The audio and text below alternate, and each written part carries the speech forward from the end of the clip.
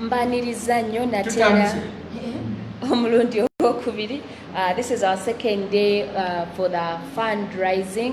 Mbaniriza nnyo mwenna aba streaming it on the different online platforms, the likes of Echoto, Map Media, Ghetto TV, Bobby Die Hard, Tim Chagulanyi, Kero TV, Ame TV, Eyacha. So much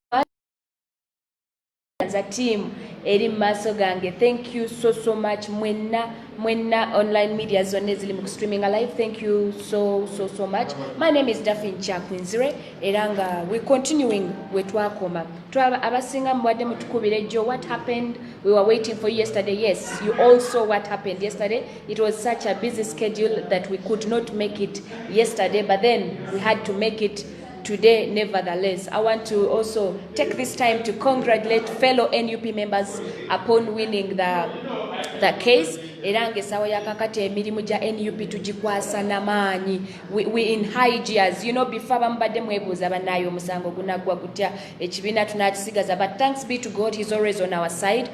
We have still made it. Nga bulijjo bwazza kikola omusango twaguwangudde era kati NUP we are legal operating era yensonga lwaki olunaku olwaleero ndi maaso gammwe ne ttiimu egenda okuneegattako mukama waffe omukyala Aisha Kabanda era naye agenda kuba aneegattako very briefly ne Kazibe Bashir agambye ali on the way agenda kubanga aneegattako for this normal cause okubanga ate tu fundraisingira ekibiina kyaffe ekya NUP. Fundraising tekomye lunaku lwaleero nga bwe twabagamba luli nti it's not a one day thing. Kigenda kuba taking a place every day, every time, even when you don't see us in front of your cameras, even when you don't see the lives. Enamba eyo ebeerako gwe wewerowooleza wonna osogamba nti fine, I need to add my contribution. Era ng'enamba eno kyemanyi media platforms eziri mu kustreaming esaawa zino zigipinize, but nevertheless I'll be reading it out to you again. It is 0787 067100. Enamba eyo osobola okufuna ka notebook ko saving anytime kuba kati functions za NUP it is now legal. Temukyalinamu kubuusa kwonna, temukyalinamu kweraliikirira kwonna. Kati pate yaffe mu bulambalamba tugitambuze weewaawo paka era nga enamba eyo erimanyaga Pesa Moni Limited.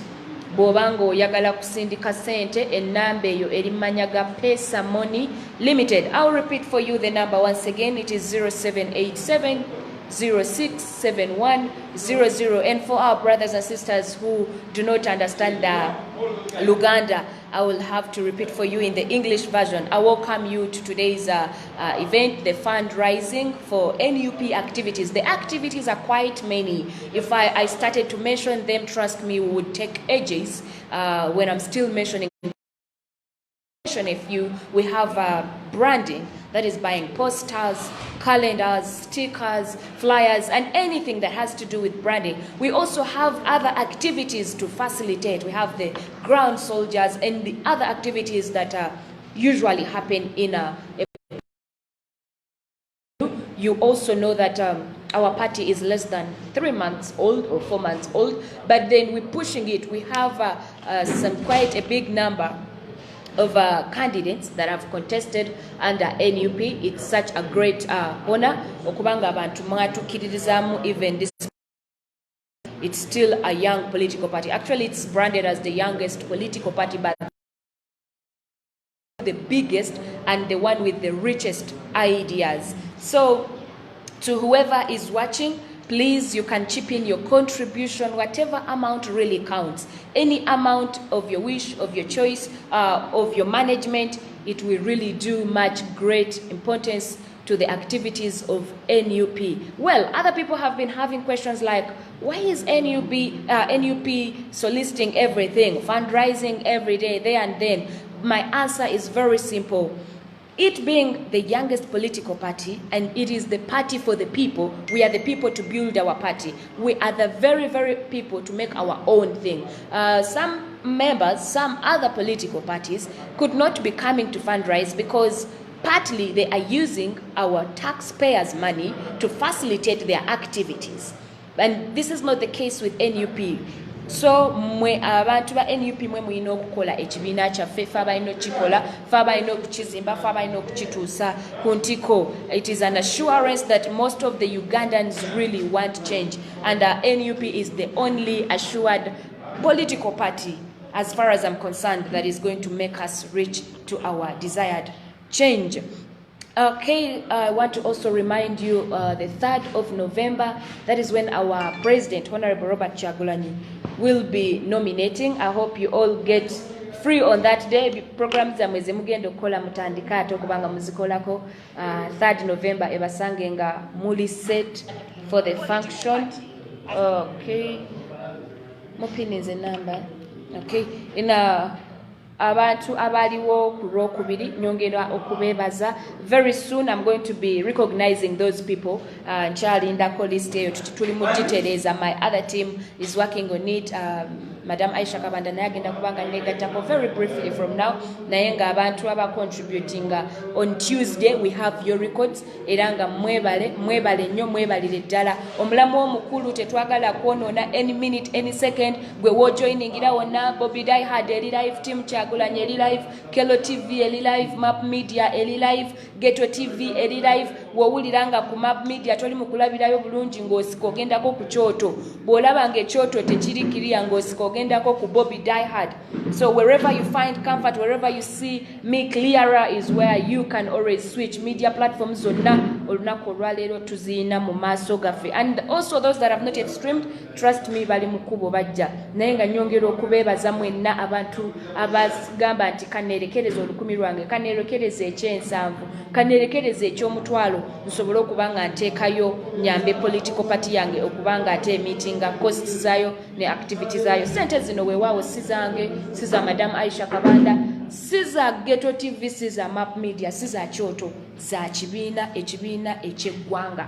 It is a national platform, not an individual platform. So sente zino zigenda kugasa kibiina kyaffe, si muntu sekinoomu. So wonna wo tuningira in, wo joiningira, enamba kweziri zili pinned on the different social media platforms that are streaming right now. Atenze sijja kukowa as the MC of the event, sigenda kukowa kubasomera namba eyo. Anytime wonna ngenda kuba switchinga, it's also the right time for you to give us your questions, oba ina compliment, contribution. Wherever you're watching from, don't mind. Nze nsobola okubanga nsoma comment za ekyoto, nsobola kusoma comment za Ghetto TV, nsobola kusoma comment za Bobby Die Hard. So wonna wo tuning in, don't worry. I'll be reading your comments and your contributions that are chipping in. Ngenda kuddamu mbasomere namba eyo. It is 078706 7100 eranga eri manyaga Pesa Moni. Last time we had questions, common questions like Temwina Airtel, Pin Airtel, Mutwe Airtel. Well, I must tell you that this number is both MTN and Airtel. Esobola okukola ku namba zonna eza Airtel ne MTN. Will the numbers still be open today? After today? Yes, zine numbers zili open. Actually, it's one number. Eleta manyaga Pesa Moni Limited. Ene number egenda kubeera wo paka. Gwe weewulirira nti I am free. Oba nfunye omusaala waliwo olulaba tugamba nti banaye ninda musaala kujja. I'm waiting for the end of the month. Oba bagamba nti banaye leero ndi busy. It is okay.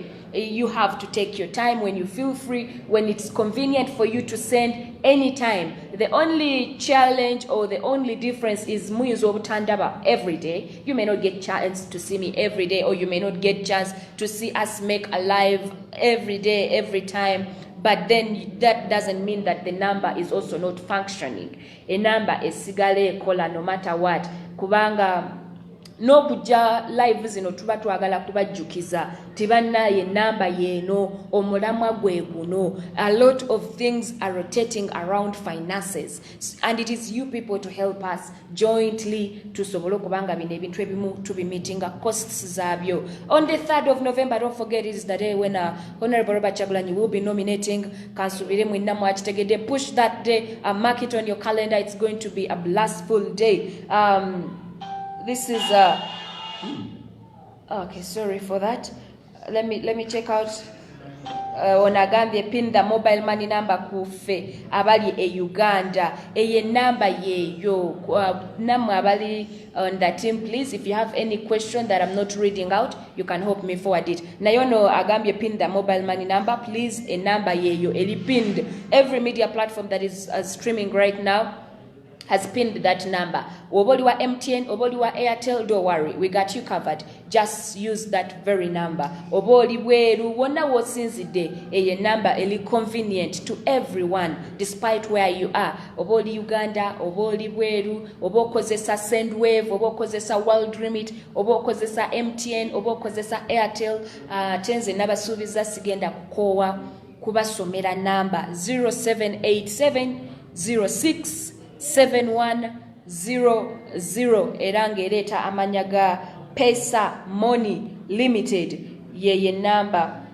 Onagambye Daphne is there away sending my contribution via ATM. I'm from Dubai. Via ATM waliwo services is a Visa, yes, it's acceptable. Kindly you will have to inbox us and we give you the procedure of how to do it, but it's very much possible to use a Visa card. Okay, it's very much possible to use a Visa card. So you will have to inbox us and we give you a clear step-by-step process of which you will follow. Thank you so much for that contribution. But when we send using Airtel, it doesn't show the names. Nabu Makulthum, so sorry for that, but if your contribution shows it has been sent, then it's okay. I don't know why you're facing that challenge. Nayenga a number yeyo eli both serving to MTN and Airtel. It is 0787067100. Enambe esobola okusindikibwa okozesa Airtel, okozesa MTN. It's very much possible. So sorry for that challenge you're facing. Okubanga tekuleted amanya. I don't know if there is any other person that is facing the same challenge, but webaba kugamye funds zizo zigenze ogenda kubanga ate munaye sente ezo tuzifunye. Let me chip into Map Media and see if you have any questions about Map Media. Mwebale kubeera konyo, mwebale kubanga ate mwekumide ku all the online platforms zonna ono. Okay, abasinga muba mwebuuza, why is NUP coming out to fundraise? The question is very simple and the answer is very simple. Eno kino ekibiina tekiina funding yonna. Fe ekibiina fe abakikola amaanyi g'abantu. There are other political parties, for example, they were able not even to fundraise for the nomination fees of their candidates. Why? They are actually taking some of that money from us, we the taxpayers. But NUP is not collecting money from anybody. NUP is not stealing your funds. NUP is not collecting taxpayers' money. All we can do is to come in front of you, you know what it means to have a political party without funders. So, fenga fe amanyi gabantu fe abazimbye ekibiina kino because we need change. And naturally, teri muntu gwe bateeka ku nninga ne bagamba nti, you know what, do this. Give in. No, it's selfish. It's self-desires. No, I belong to NUP. I need to do something. I need to contribute something. It has a sometime back in Bagamba. I would rather come out and ask for help than steal. And the people we see who are not political party endala teziri mukusaba, they're actually stealing. Fera kubamu abana Uganda murawo kulaba omuntu nti anziba. For example, enziba ngeri yanjawulo nnyo. There are very many ways of stealing. Oli asokuga nti sabuni ono mutunde 12 nenga ate wa 15 ebitane ebyo aba bibye indirectly when you don't know. For us in Uganda, we are among the countries that pay the highest tax. The highest. I mean, everything in Uganda is taxed. Even the data you're using right now, you've paid tax for it. Even the phones you're using, you've paid tax for them. Even the moment you get out of your house, even the fuel you drive in your cars, you are paying tax for that fuel. So everything in Uganda is taxed. Everything. This is how you people fail to know that we get overtaxed, but then we get less benefits from our tax money. You may actually not realize batuba, but that's the fact. Okay, what about e-banking to mobile? Yeah, if there is anyone who wants to try that, try e-banking and see how it goes. I've not had anyone ask that question before, but I think it will still work out. E-banking, you know, we keep discovering new ideas every day, so you can still try it out and see. Okay, Mbega, I think, Mbega Wakadama, I think Nkuzemu. There is no one who comes out to fundraise when they actually have enough to cover the activities. By the time we come out and tell you, let us do this jointly, let us do this handedly, it means we want something better for our party. Atenze nsubira teri muntu yenna manchirubirirwa cha NUP asobola okuvayo nagamba nti lwaki tu fundraisinga every day, lwaki tu fundraisinga all the time. No one. Teri asobola kuvayo nagamba kintu ekyo, because you know every activity rotates around finances. Everything. Buli kimu kitambulira ku finances. So abakatwegattako, I welcome you to this event of fundraising for NUP, specifically for NUP activities.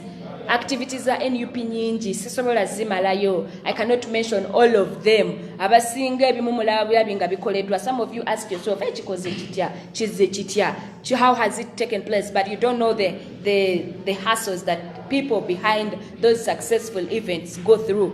The likes of Sauda Madada, Molusi mubalabula bimufueled. Last time I was with her, nabanyonyola nabagamba kostia postem, nabanyonyola nabagamba kostia bana emu. So literally when you convert everything that happens, you see we rotate around finances. Finances zetutagenda kuba. Finances ezitali za nguzi. Finances ezitali za bubbi. Wabula finances abantu ze twesondedde. Sekinomu. Great appreciation to eri baganda baffe abali ebweru. Temuli mu Uganda ne mwagala nyesi yammwe. You know, you so much love your country. Ghetto TV, pin the number please. Ghetto TV, pin the number please. Nsobola nojibasomera. That's why I'm here. 0787 06 7100 ye number eranga erimanyaga Pesa Moni Limited. It is very, very, very open to all the lines, Airtel and MTN. Tofayo ababade bagamba send us MTN, send us Airtel, send us Airtel. No, ye number e coveringa good line is on nali ebweru. It's favorable for everyone wherever you are. It's so much favorable for you. Onagambye naye abaana nga babasiba nnyo, because this is not a party. We're not in a party. Tetuli mukujaguza. We're not celebrating anything. We expect anything at this moment. That is why you see tear gas. That is why you see people being arrested. That is why you see emotoka nga zonooneka mukitegeera. So sawa zetulimu sawa ya kazigizigi nnyo, or arrest is expected, tear gas is expected. Nothing is getting us unaware. Nothing is getting us out of dream, you know, out of sleep. So buli kimu kyonna ekibaawo essaawa zino tukisuubira. You cannot be surprised era essaawa zino okulanga tuli ku live obusirikale ne butusalako. So for us, we're ready. Anything can happen. Uganda is no longer a surprise anymore. Eno nsi ya byewunyuso. Buli kimu kisoboka, yensonga lwaki mwasobodde okulanga tear gas akubibwa mu bataka. Ekintu gwe kyotasuubira nti kisobola okukolebwa wabula kisobola okukolebwa. Ekintu kyotasuubira nti osobola okutambulira essaawa nnyo okuva Kamwokya paka e Bulange, mmwe mwakyerabiddeko ejjo nga okuva wano e Kamwokya okutuuka e Bulange kyatutwalidde essaawa kyenkana 3. Awantu we batambulira eddakiika 3. So wano e Uganda buli kimu kisoboka. Okusiba ekyo kyo sichipya mukwano.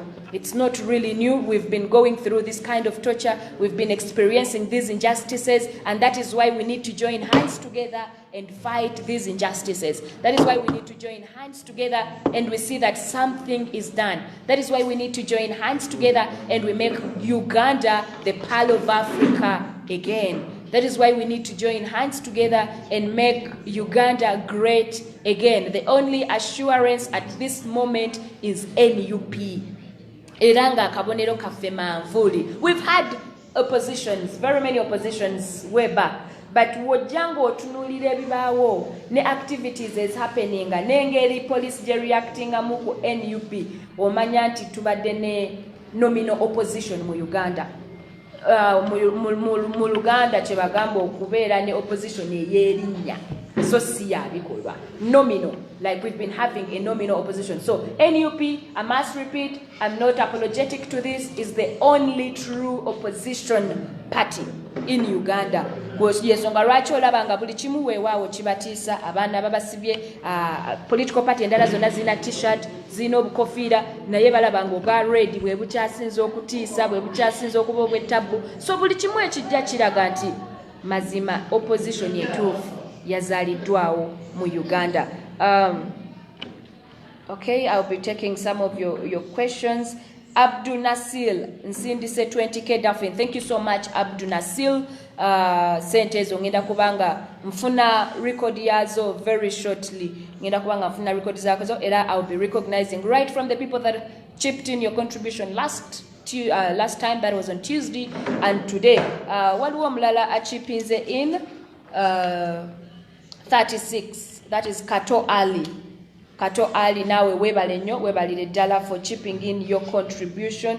Mwebale nnyo mwebalire ddala tulina okwambala engule kituufu nnyo. We have to do it and we have to do it jointly. Nali wano ku Tuesday ne baga nti Abannayuganda kitwanguyira nnyo okwegatta mu bintu ebitalina nnyo positivity. For example, singa tugamba nti kati tugenda kumarwa, everybody would be supporting it. Singa tubagamba nti bannaye kati kugabana muti gwa sigala, you know, there would be the highest kind of unity. But I don't know why it is hard for us to join and unify for a positive cause. Some people, I read your comments and I'm like, fine. Why are you so much negative about joining for a positive cause? It's so much okay for me to beg and not so much okay for me to steal. And abamu bade batandise to branding, you know, begging, you're asking a lot. Our online platforms are asking a lot. And then I always sit down and ask, if we don't ask, do you want us to steal like the people we want to fight? Like the people we want to overthrow? Do you also want us to steal? Do you want us to come and start selling to you things high-pricedly because we want to gain or meet our costs? I would rather say we join hands together. Fenna tujje twegattire wamu tusobole okubanga NUP tugituusa ku ntiko. Mwenna mukimanyi nti NUP okutambuza emirimu gyayo yeetaaga ssente. So if I may ask you, if we don't do it, who will do it? Musuubira Museveni agenda kujja atuwe ssente nti mugende muwandiise abantu bammwe. Musuubira. You want this? Okay, sorry. So do you expect the government to come out and buy for Bobby Wine posters? Expect the government to come out and say, okay, zino sente za kugulira NUP bipande na flyer? No, it is us. Faba ino okwirwanako, faba ino okwesitukiramu ffenna abaagala enkyukakyuka. It is our responsibility. Tewali kintu nti nze gundi ayiyeewo omubiri. Ffenna tulina kuyuwawo mubiri mu ngeri ey'enjawulo. Osobola okuba eyo gy'osinzidde oba Turkey oba USA oba wa n'oyuwawo omubiri by chipping in your contribution. Abaana ababeera ku ground muba mubalaba nga batambuza ebipande batambuza ki. You chip in your contribution. Tewali muntu abayiyeewo mubiri kusinga ggwe. Robert Hire. Okay, thank you so much, Robert Hire. Mitwalo 12. Thank you so much. Bane media platforms eziri mu streaming ezenjawulo. Thank you so much. Rapid Media ndaba International. Thank you so much. Ghetto TV mwebale nnyo. Bobby Die Hard, Kelo TV, Chagulanyi Ame TV. Mwebale nnyo mwebalire ddala wonna woli mu kulabira gwasinga. Thank you so much. I want to appreciate all the people that are viewing right now. Omulamwa gwa leero saagala tuguveeko gwe gw'okufundraisingira activities za NUP. NUP activities abroad. Ate kati twafunye assurance. Olaba tubadde tuzifundraisinga tetuyina assurance. Okitegeera naye kati tuyina assurance. Ekibiina tukiyinamu 5. Have it, and this political for me is not for anybody, it's for us. It's for the country, it's for Ugandans that feel they need change. Kino ekibiina kyammwe mwenna, it is us to build it, it is us to make it. Fenna tulina okukiyirawo omubiri. Omubiri tekitegeeza nti ogenda wesogetti ya gas. Omubiri tekitegeeza nti okuba essasi kwe kuyiwawo omubiri. Even the contribution you send on those numbers, trust omubiri. So buli omu asobola okuyirawo pate ye omubiri mu ngeri ey'enjawulo differently. Gwe wonna w'osuubira nti osobola ab'emubende wonna ngenda kutimba bipande bya Kyagulanyi naawe tukwaniriza nnyo era tukisanyukira. Waliwo ayinza ogaa nti kano kamuda ku muda tekamala, it's not enough, I think I can do much better than that. Ne weekwata ekitundu kyo kyonna weewaawo tuba tweyanzege. You can also contact us noga nti nze embaale yonna ngenda kugula bipande bya Kyagulanyi. Welcome. Oba noga nti nze bonna babankwase mu ngalo naawe ogenda kubanga okoze kyamaanyi. MJ Jack, thank you so much. Your contribution of 100 Ugandan shillings has been nnyo weebalire ddala MJ Jack. Era ngenda kubanga nfuna list yonna eyabo abali mu kuchipinga in contribution zammwe ngenda kubanga nzibasomera mumanye nti bambi sente zammwe ziri successfully received. My name is Daphne Chakunzure, abasinga mu Mama Africa, era nga ndi live media platforms ezo no tuziyita revolutionary TVs. Kubanga ondaba, those are our revolutionary TVs. Yennevayo nega nti bannange kino musitukiremu, abaana abo bakola omulimu gw'amaanyi. Allow me take this juncture to appreciate them. Buli omu mu ngeri weebaza bambi, abaana bakuba tear gas, abaana babakuba embooko, babakuba bukanista, babakuba, you know, they work through thick and thin, but they still really make it up to you. Nina abaana benda bolusi nawanika kamera naye nga amaaso tegatunulayo. Thank you so much all the online TVs mwebala omulimu gwe mukola gw'amaanyi. Abasinga tubeera behind the cameras, tubanga abasinga muli bweru gye mubirabira, abasinga muba ma office gammwe nga gye mubirabira. So these people need a thumbs up, they need a credit, they need an appreciation.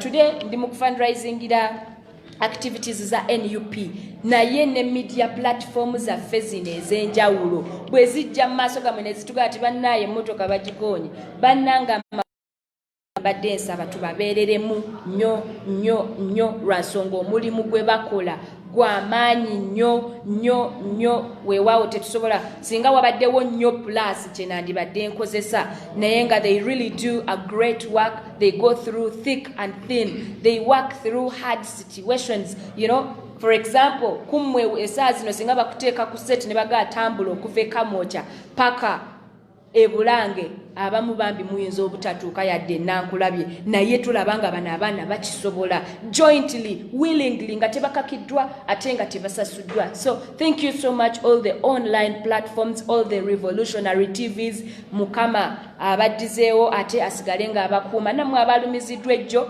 bambi Mukama ayongere okubasuusa mangu. We have our comrades abalumiziddwa ejjo. We have one Segirinya gwali mu kulaba essaawa zino ensonga lwaki bodde kutuuka wano. Tulina n'omulala muganda waffe kugulu but he's improving. Naye mwenna tuli tutambulira wamu nammwe era mbagamba nti abalabi baffe mwenna nzidde media platform yo gibeereremu nnyo. Ffe tuyinza obutajja bonna bakolera fundraise naye woolabira gwe gibeereremu. Bonna kyemmanyi balinako ennamba zaabwe okwo. Bobby Kelo TV bonna ennamba zaabwe zibaako. Gwe wonna woolabira buli kiseera buli woolaba rap media ng'eri mu jam, ng'eri mu masasi, ng'eri mu tear gas, ky'osobola omusasula kiri kimu kyokka kumubeereramu. Okitegeera abaana bano babeera ku live oluusi nga mubawulira bakaaba data mpweddeko ennamba zaabwe zibaako obasobola obbaddukirira kubanga byonna tetusobola bibakolera. But these are people aba sacrificing. They do sacrifice and we really do recognize them. We really do appreciate the work they do. Kuba buli w'obayitira bo babaawo every time. Ogenda oyita kyoto kirwa ati wuuno Map Media, Ghetto TV, you know, every time they are always a call away. So mwe mulina okubazaamu amaanyi, mwe mulina okubakwatirako, mwe mulina okubabeereramu n'ekirala temutukoowa because ffenna tuli ku mission. Temutukoowa Map Media wajja tomukowa, Ghetto TV wajja tomukowa, Bobby Diehard wajja tomukowa. We are the people to make this. We wawo tuli mu kukola tebe tulinyumiza abaana baffe nti naffe twaline ettofaali lye twagatta. Chokola essaawa zino kyonna ttofaali. Waliwo baganda baffe abaatuva ku maaso, the likes of Rita Nabukenya, Yasin Sekamate, Cheyune bangi bemumanyi abaatuva ku maaso. Bw'obanga oli neighbor waabwe obanga olina obusobozi obubatuukako bambira kubanga boyiriddewo ekibiina kyo n'eggwanga lyo omubiri. Kalyongo Peter webale nnyo emitwalo 2 gy'osobodde okusindika, webale nnyo webalire ddala. Ennamba eyo tegenda kukoma. That is a reminder. This number is going to be on every day, every time, day and night. Wewawo gwe wosangira live eno. Waliwo abaziraba even after one day. Nankubira nanga Daphne, I saw the live. Naenge number yo esigalako. You understand? So that number, anytime you feel convenient, anytime you feel like I've got the money, ninamu akasente, ninamu ekyolukumi kansobole okubanga ate nina kyennyongera ku struggle oba ku activities za NUP. Enamba eyo osobola okubanga ogikozesa wherever you are. Oba osindikira kuva ku MTN oba Airtel oba Sendwave, World Remit, yonna eri convenient. It is 0787 067100. Era nga nyongera okubajjukiza nti 3rd November mubenga mugimakinga ku kalenda zammwe. 3rd November is the day that Honorable Robert Kyagulanyi is going to be nominated. Baganda bange njagala baga nti muddemu amaanyi ekyo omusango twaguwangudde kye kisooka. So why not kye ekiba kituziiza ku ssaawa zino ndaba nga ffe State House we luba lugendo tulina Janankumbi twolekerera Entebbe. We are almost there. Ate nga tulina kugenda ffenna, tulina tambula ffenna, mmwe nze naawe ffe abalina okukola kino kye kitegeeza amaanyi g'abantu. Amaanyi g'abantu kye kitegeeza nti babba emikono wano we baraidinga within 1 minute emikono gyali gimaze okuddawo. Batwala millions 24 naye tubalaga nti abaana baffe abasinga banominatingibwa. Weewaawo sijja balimba, waliwo n'abataasobola naye ate ennamba ennene twagicoveringa. So munzikirize era neebaza abantu abo abaawayo sente zaabwe basobole okulaba nga bakandidenti baffe banominatingibwa. Nalaba era nakyo kyogeza abantu obwamaama ne baga nti osobola otya okwesimba kuba MP nga toyina sente. Munzikirize neebaze Honorable Kyagulanyi yatuzibukula amaaso. You can be the poorest person but with the richest ideas. Ate nembaga nti mu parliament tebagenze kushopinga. It's not a mall. It's not a shop, right? So abali baga nti wesimba otya nga toyina sente eyo idea bajjajja baffe abafereje babateekamu nga bagala bajenga unopposed because they know the youth don't have money. So you also have that fake mentality nti kuba okwesimbawo nina kuba na sente. To go for an MP seat I need to have money. To go for a mayor seat I need to have money. It is not true. Twetaaga bwetaazi maanyi g'abantu. Yeso nga lwaki twanominate nze abaana abasinga obungi ate abakyasinza obwavu. Why? Because amaanyi gali muffe, amaanyi gali mu bantu, si sente. Okitegeera. So thank you so much whoever contributed to that cause. Abaana baffe abasinga bali nominated. Weewaawo sijja balimba, waliwo n'abatabeera nominated but at least be batono. Abasinga be bali nominated. Struggle center questions kila kubita. Okay, that is Mark Sula Agambi. What is the program? The program today is on fundraising for NUP activities. Fundraising ziba nyingi. Weewaawo oli ajja kujja naye nga ina fundraising. For example, Segirinya ayinza okukola ye nga mwana mulwadde na mwenga mwena mukiraba. Ne Map Media baga nti bannaye emmotoka yange nayo. Because mwe maanyi gaffe. Fe mumwe je tulina okuddukira. That is what it means, people power. Gemaanyi gaffe ndowooza naye muzeeyi yeetulayo nagaba naye bano abaana bakikola batya.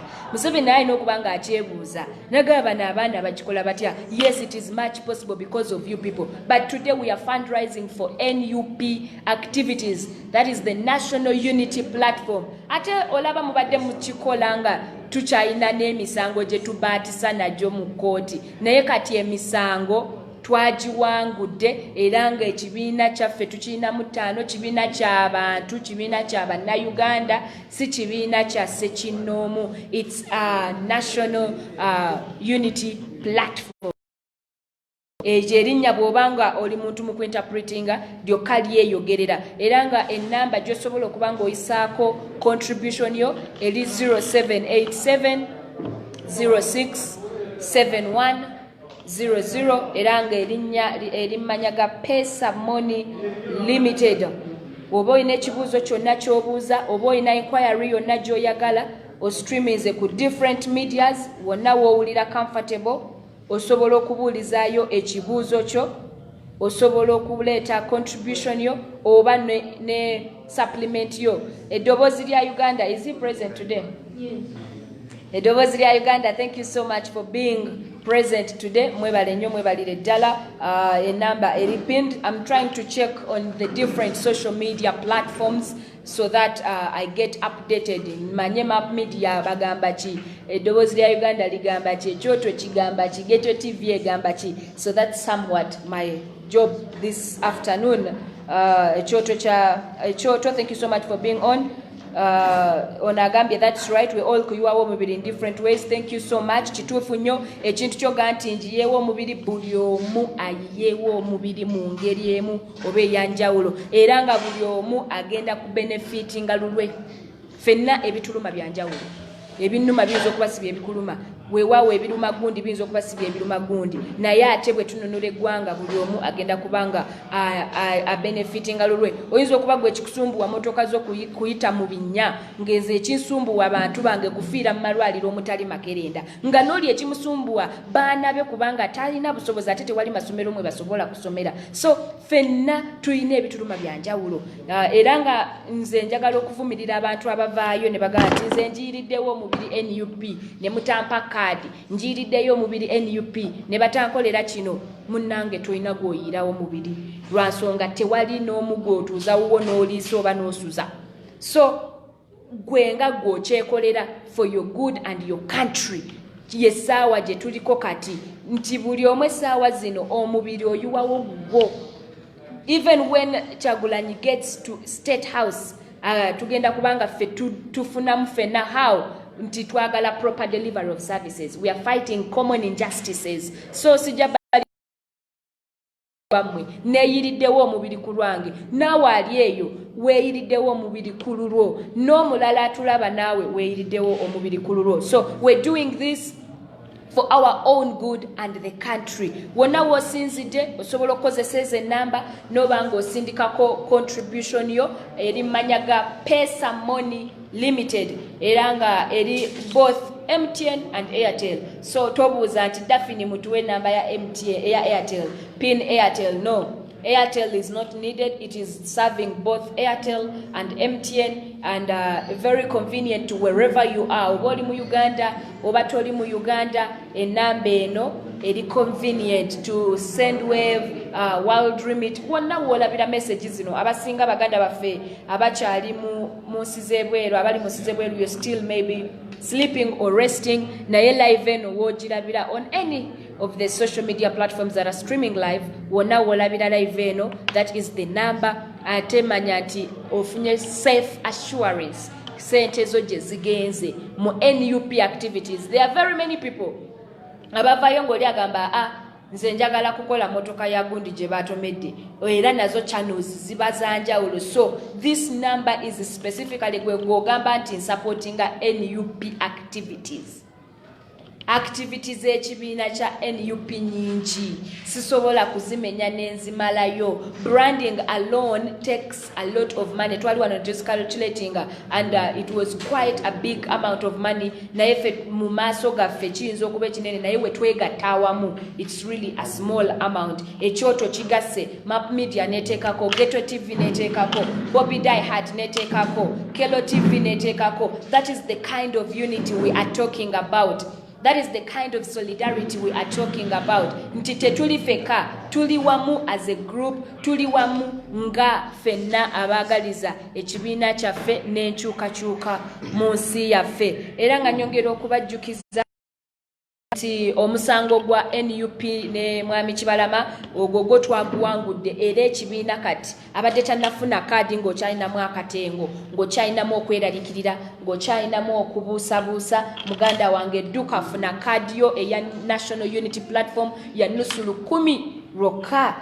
Nga bwe twakitegeerako wiiki ewedde abasajja bajja ne baraidinga ekifo kyaffe kino. Ezimu ku nsonga lwaki tukoze fundraise zino kuzzaawo ebintu obusajja bwe bwatwala. There were quite a lot of things. T-shirts simanyi oba nazo zeefanyagalizaamu ng'ekyambalo ky'amagye, essente waliwo yabuzanaga essente oba simanyi nazo bakyazinoonyerezaako oba nazo zifaanana n'ez'amagye, obukofiira bungi obwatwalibwa naye nga tukimanyi bulungi nti all political parties in Uganda at the moment have capes, they have T-shirts, they have overalls. That is part of branding. That is so much part of branding and understandable. Ebintu ebyo ebimu byatwalibwa era nga byebimu bye tugezaako okuzzaawo ne miliyoni 24 ezo nazo zaalugenderamu. So it is also part of the reasons why we are fundraising so that we try to replace some of the things. Madam Aisha Kabanda yali wano n'abanyonyola naga nti ebintu ebyo tebyali bya Ssekinoomu wa wano, tebyali bya Kyagulanyi, tebyali byange, tebyali bya Madam Aisha, byali by'abantu ababireeta ne baffe tubisuubula busuubuzo kitegeera. They are owners, they are people who own them. So meaning we have to incur those losses, we have to incur those costs. But this does not break us, this only makes us stronger and very, very, very strong each and every day. When I was since Dokubango streaming, thank you so much. Choto, Map Media, Ghetto TV, Kelo TV, wonna woli mukulabira enamba eriemu era ng'epiningidwa buli wamu 0787067100 era ng'ereeta Pesa Moni. Enamba eyo ye namba gy'osobola okukozesa anytime you feel like I want to chip in a contribution. Buli wowulira ng'oyagala kukola contribution specifically ku NUP kubanga abantu banjawulo platform ez'enjawulo ezizza nga bwe waawo zonna zirina ensonga zaabwe. Mu butuufu ogenda n'ozitunulamu noga toyina ngeri gy'osobola controllinga buli omu kubanga nabo baba n'ensonga zaabwe ate nga ekibiina nga kyo kiyinza obutaba na busobozi ku handlinga every problem for every revolutionary media or every person. So bwe woba oli eyo ng'otudde ng'oli free ng'owulira olina kyoyagala okusindika ku kibiina kyo contribution, you can always use that number. This is how Sarah is Pesa Money. Question ene eva ku kyoto naye sikitegedde. Question sigitegedde eno. How secure is Pesa Money? How secure is? Okay, now the thing is like this. This account, it actually looks like a mobile money number, but the moment you chip in your contribution, it goes direct to an account. That's how fast the technology is. So it's so fast and secure. You can really rely on it and trust on it. Eranga funds zamwe zonna zemusindika zitutukako bulungi. Madam Aisha is trying to compile. As you send, she's compiling. Mwena abali mu kusindika, and I will be reading out okumakinga sure nti nawe otegeera nti munaye sente ezo zireceivingidwa. So it's very reliable, it's very secure. Osobola okubanga ogikozesa anytime, any minute you feel like chipping in your contribution kubanga yonga yo teina limit. Abamu bayadde babuuza nti eri enamba yabaaki eya Daniel. That number, we're not using it because it somehow had a limit. Etuuka ekiseera n'ejaminga negamba etuuse ku limit. Naye ate eno enamba teina limit. Essente zonna ziba zigenda direct ku account. Ono Pal Mpaji osindise euros 15. Webale nnyo webale mukwano. Sente zammwe tugenda kuba nga tuzisindika. Pal Mpaji, thank you so much. Sente zo tugenda kuba nga ate tubawa nti tuzifunye. This is Senga Madina. We are all fighting. Okay, thank you so much Senga Madina. Thank you. This is Chris Log. Now ogambye osindise. This sign ya pound ya euro? Ya pound. Okay, pound 10. Ona since pound 11. Thank you so much. Cats Lydia ogambye, thanks Daphne for the good work. You're welcome Cats Lydia. Munange kino kitukakata na abagala enchu Munaye Uganda. Ulia kubira gambe Kenya and I want to help Ugandans. I'm a Randi, I'm a Sudan. So contributions come in from different countries, from different people. This is how big he has reached. This is how people are really yearning for change. Muzikiriza nyongera okwebaza all the online media platforms eziri mu streaming live right now. That is Ghetto TV, Team Chagulanyi, Kelo TV, Echoto, Rapid Media, nawe webale nnyo webalire ddala okubanga ate mutuninze on the different social media platforms. Don't forget, nange sigenda kukowa kubajjukiza nti 3rd November is the nomination day for Honorable Robert Chagulanyi. Gwenno abadde alinayo ebintu ku 3rd November wandibadde ng'otandika obifulfillinga kati. Okay, wadogamba ki? Okay, Ghetto TV. I love this number for us in Uganda. They don't charge us anything, only your MUDA ngachiweje. Okay, can you... Okay, Joseph Muchibi. Ogambia Daphne, can you repeat that number for me, please? Okay, the number is 0787067100. Kasubire ojifunye. Moze Junior, thank you so much. Ogambia osindise emitwalo ebiri. Thank you so much, Moze Junior. Webale nnyo. Joseph Muchibi kasubire a number ojifunye mukwano. It is 0787067100. Era ngeri mmanya ga Pesa Moni Limited. Osobola okubanga okozesa Airtel oba MTN oba Sendwave oba World Remit. Whatever is convenient for you, that number is flexible, adjustable and convenient. Buli kimu kiba kisobola okubanga kitutuukako butereevu. So Faizo Cheyune webale kubeerako muganda wange. Norin Rina ogambye gye baleko. Thank you so much for being on. Enamba njizeemu. Okay. Nakamya Joan, thank you so much for the appreciation. Mwebale nnyo. Onagambye have sent some 25 pounds. Stephen Lutamwa, thank you so much.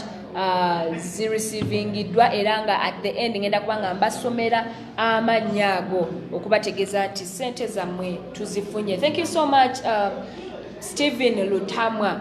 Okay, I'll be switching now briefly to our brothers and sisters in the West. I've been using English and Luganda, so I think it's high time we visit our brothers in Imbarara, in Rukujiri, in wherever you are, as long as you are Erunya Kitara, you can still understand this language. Tulikupe GM. Okay, ni twaro muchishogu kwebaza batahi banje emnyeto mitahi yitu. Nana bana Uganda batahi bitu hona horyo norebera media platforms zitu ezenjawulo. Okay, minute. Yes, please.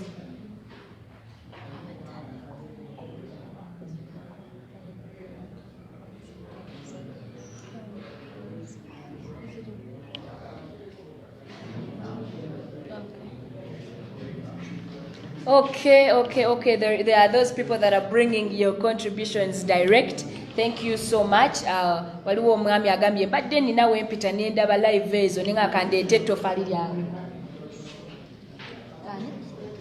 Okay, Rajab eddoboozi lyewandegeya. Thank you so much muganda wange webale nnyo webalire ddala omutima ogwo. Musajja atu abadde ayitawo buyisi ng'ali ku Facebook ye n'alaba nga Kamama Africa kali live kagezaako okubanga kalina bye kagamba eggwanga naga kampitewokko nteekewo ettofali lyange. Physically yeetuukidde Rajab eddoboozi lyewandegeya yeetuukidde era nga acontributinze emitwalo 3 egya Uganda. Physically mwebale nnyo mwebalire ddala eddobooza lyewandegeya Rajib. Webale nnyo mukwano, webale nnyo n'okuba omutima ogwagala ensi yo, ate webale kwagala nnyo ekibiina kyo ekyensusso. Abantu nno munnange baagalira ddala enkyukakyuka. Ekibaweesaayo siga nti balina ssente nnyingi, weewaawo si be balina ennyingi. Abasinga essaawa zino fe abasinga okunyigirizibwa, naye awaayo lwa nsonga ayagala enkyukakyuka, ayagala activity za NUP zigende mu maaso.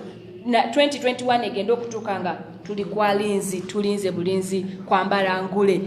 Mwebale kwebeereramu bannayuganda bannange. Mbadde eri mu baganda baffe aba West nakiriyo nimbagambira nti erizoba twine fundraising tukaba turi aho rwakabiri twakola fundraising twafuna sentes twafuna kuza kuba nimbashomeramu ombwire butari bwahare na nerizoba turiyo mishoganyi twatwine kola live nyomwazio konka tubasize kugikola abo kugira ngo habe hariyo activity nyingi murebire ngo kuriga kamoja okwikabulange kitwire shahina roughly so ebintu mu Uganda that's how surprising they are ahanta iba kuvugira dakika 30 kitutwalire sahina so tube a bit busy konkeri izoba ni nchiriyo mishoganye nibagambira nti enambe yo kureba ha screen aho yo norebera hona no basa kutaho contribution yawe eyo kubasa oba mutwaro oba mitware ebiri oba mitware eshatu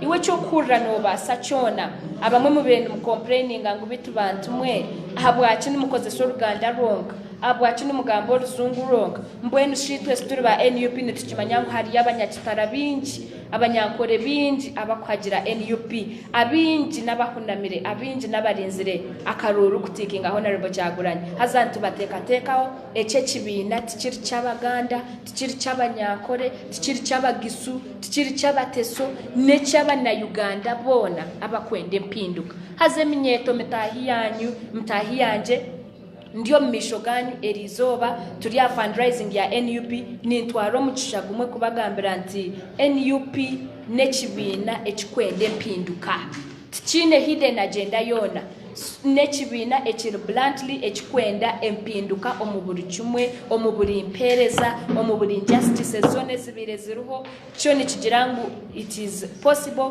nitubasa kwegita hamwe nkeminyeto nkaba na Uganda tukabasa kureba ngo twaretaho empinduka omuri Uganda eje mpinduka nawe no basa kubaho ekiwataho no basa kutahito fali yawe no basa kujotunyowe nko kunde mpinduka rekante yo 10 rwanje rekante ye 12 rekante ye 13 zone ezo kubasa kuba no basa kusindikaho no zisindikaho niziyamba om activities zetu tukwenda kutenda magana tukwenda kurumangana tukwenda kweyitingana tukwenda kutemangana wabula nitwenda kuhindura obuyinza peacefully hatina yombere na mtahiwe hatina jumire mtahiwe hatine kuita muntu wena hatine kurebuka ngo twataho violence yona eminyeto yona mitahi yanje banywanyazi bashwenkazi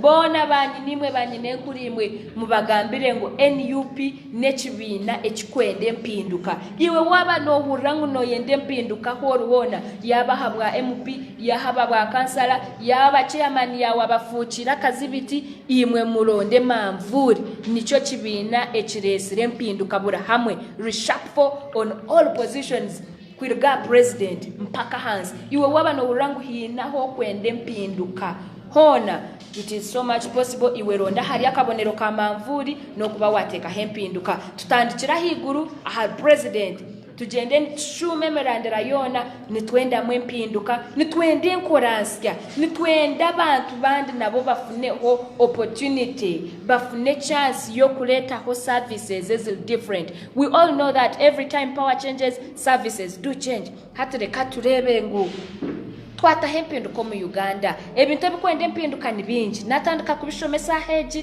tinkabumarayo konka n'ekimangu ningamba n'abantu abari 18 years and above buri omwe hinaho kwende mpinduka buri omwe shaheji hinaho kwende mpinduka shana wabo tari kutura mu Uganda konka wabo ari kutura mu Uganda wabo riyo mu na Uganda ahinkugambere shaheji hine field eyo kurangu nihenda empinduka hine field eyo kurebangu mazima nitwenda entunguka nitwende mpinduka echo no basa kukikora omwijoba rumwe omudakika 5 ninge dakika zitakusitano okuronda mamvuri okuronda burahamwe ho kureba kamamvuri burahamwe post yone ibara kuretere ballot paper iwe tasha kureba izina iwe reba umbrella head waba no yende mpinduka tito itine cyo kwenza izina tine cyo kwenza omuntu iwe reba hakabonero kamamvuri obenho watikinga abo kubitwe NUP twena nitwende mpinduka abantu bona besimbireho NUP n'abakwenda empinduka naabwe ekiwaba noyenda empinduka oyine kusimba ennyuma y'abantu abakwenda empinduka hasa nimwe eminyeto nimbagambira nti period eyiturumu twetantale munonga teri period yokwejuma teri period yokweyita ekini kiriho kandi nikiza kwiza nikihwa konka tusigare turi abana-Uganda so tinkuza kugira tabo kuba tokagira kinkuhagira nkuharane ahabo kuba tokwikiririza mu kinkwikiririzamu nkuharane nobasa kusigara hori nanyosigare nompe kitinisa hindi ahabo kuba Uganda is a democratic country not a kingdom so you can still support what you believe in as long as we have mutual respect. The only challenge we've been facing right now is some of the people don't want to give us respect. If you don't respect others, they will also disrespect you. Some of you mubadde muvanga mugamba NUP bavumi, abana people pa bavumi, sibalalu kuvuma atabatyobodde. Weewaawo bw'otwobola kye bakkiririzaamu, wo disrespectinga kye bakkiririzaamu, they will have to fire back. But they don't backfire, they don't abuse you because you don't support NUP. Ekintu ekyo njagala mukiyige okuva ne leero ate mukyawule nti NUP sibavumi sibalalu kuvuma buli gwe basanze sibaguba ddalu. The only problem here comes in when you try to disrespect them. Bwogezaako okubatyoboola ekitiibwa kyabwe, that is when they will come for you.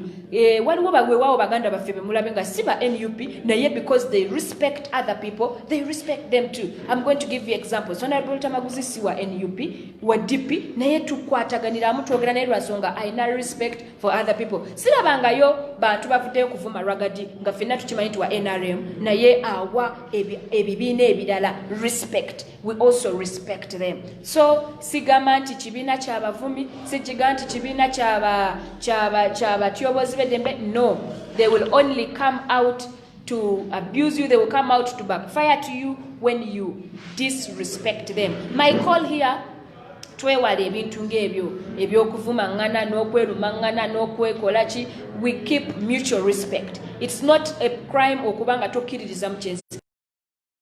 What is most important here is mutual respect. Respect me, I will respect you. We are in a republic, not a kingdom. So oli waddembe okuwagira ekibiina kyonna ky'oyagala.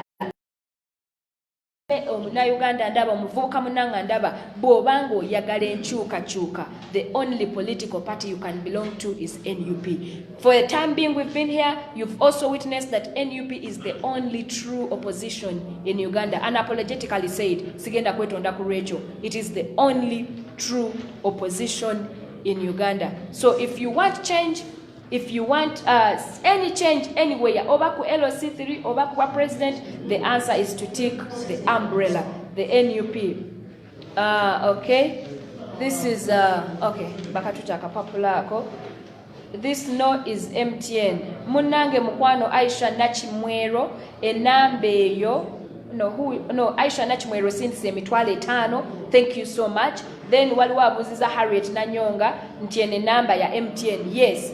Enamba eyinza okulabika ya MTN naye eri multifunctional. It is for both MTN and Airtel.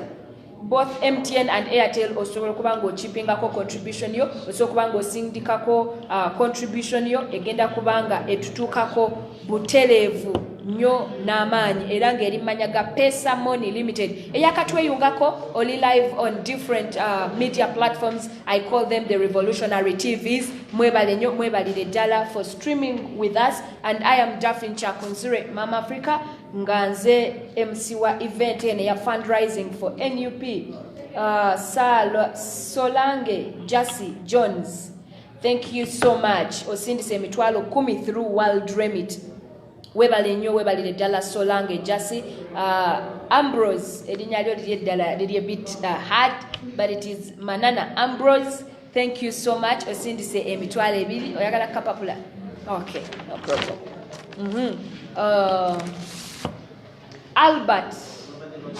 Albert Mambo, thank you so much. Ogambye osindise emitwalo 12. Thank you so much, Albert. We're going to be reading to you all these names nesente ezireceivingidwa. Mwebale nnyo, mwebalire ddala wonna we muli mu ku streaming la live. Mwebale nnyo, mwebalire ddala all the media platforms that are streaming with us right now: Ghetto TV, Rapid Media, Bobby Die Hards, team Chagulanyi, team Ame TV, bannange mwebale nnyo mwebalire ddala. At this juncture neeyongeddwako mukama wange Madam Aisha Kabanda era nga nkwaniriza nnyo Madam Aisha. Bantu bande batandise dde okumbuuza where is Madam Aisha wuno atuuse, tugenda kubanga ate tubongerayo until the last minute of the hour. Thank you so much, Madam Aisha. Friends, how are you out there? Of course, it's a happy mood, you know. We are celebrating here, having gone through court yesterday successfully. It's all joy to joy. Hi, all of you. We even have now more reason to fundraise because we see where we are going. One would say we see the light at the end of the tunnel. Like our president said yesterday, these things are possible. Some people think they're impossible. Impossibilities, things do not work out. Thanks, Daphne. Thank you so much. You're pushing it on so well. And thanks to the media teams that we have here. I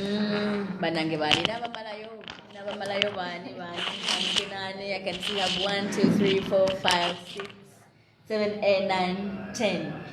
Yeah, I promised that today we would work under music. Baba muganya bano simanyi naye nze system nagitegese naye simanyi baba muganya tenga bakama bange, but I know soon tujaketagako munange nze. I'm in a jovial mood. I want to celebrate. Things are working out so well. Naye regrettably one of us yesterday lost fingers. I think you have seen that video where one of our boys, he's a member of Freedom Border, he lost 4 fingers, he now has 1. So I'm musasire ndoza bagayi bagenderere bamutemeke engalo zinasigaze ekigalo kya movement. And I saw another scene this morning, very regrettable scene, around Wampeo roundabout, around Wampeo Avenue. A motoka ya police is then going the other way around. Roundabout goes like this, but for them they're going like this. Never kona bambyo mwana wa boda boda. Nemulaba nga ali awo nenga patre mukonye. They didn't even stop after making that accident, which is very regrettable. Friends, we thank you so much. Today we shall recognize all people that have given us monies. This number 078 70 67 100 started fundraising on September 9th, or rather 9th of October. That is the day when people in the diaspora, that's how they celebrated. Comrade, welcome. People in the diaspora celebrated their independence with the fundraising online. So this is when they started testing this number. And we now have record of whoever has contributed to this struggle via that line. And we shall be recognizing today all of them. Yes, the list that comes in now is the list of people that contributed on the 9th September. We are going to work on other lists. They will be coming in and we shall be recognizing our friends. Some of you, I apologize that yesterday I appeared on CBS and I read this number over and over again, but I forgot to read the name. The name is Pesa Moni. I'm sure she's been telling you. When you send the name that will come, is Pesa Moni Limited. And remember to put there the reason, NUP. This is a fundraising platform, probably not only used by us. So show something as the reason that indicates that the money is for NUP. NUP, Modako Moda, People Power, those are words that will show that this is our money. Some of the people that have just contributed this afternoon, Margaret Mayengo, thank you so much. You've contributed to us 72,720. Of course, as the term, it is because of exchange rate, because some of us are paying in dollars and other currencies. Sharifa Namodu, thank you so much for 10,000 shillings. Lillian, thank you so much for 100,292 shillings. Albert Mambo, thank you so much for 112,000 shillings. Ambrose, I think it's Ambrose Manana, thank you so much for 20,000 shillings. Zakaya Onwane Tofakako. I'm gonna correct the name. But I can say Zakaya. Nedi Soka is Tofakako Zakaya. 5,000.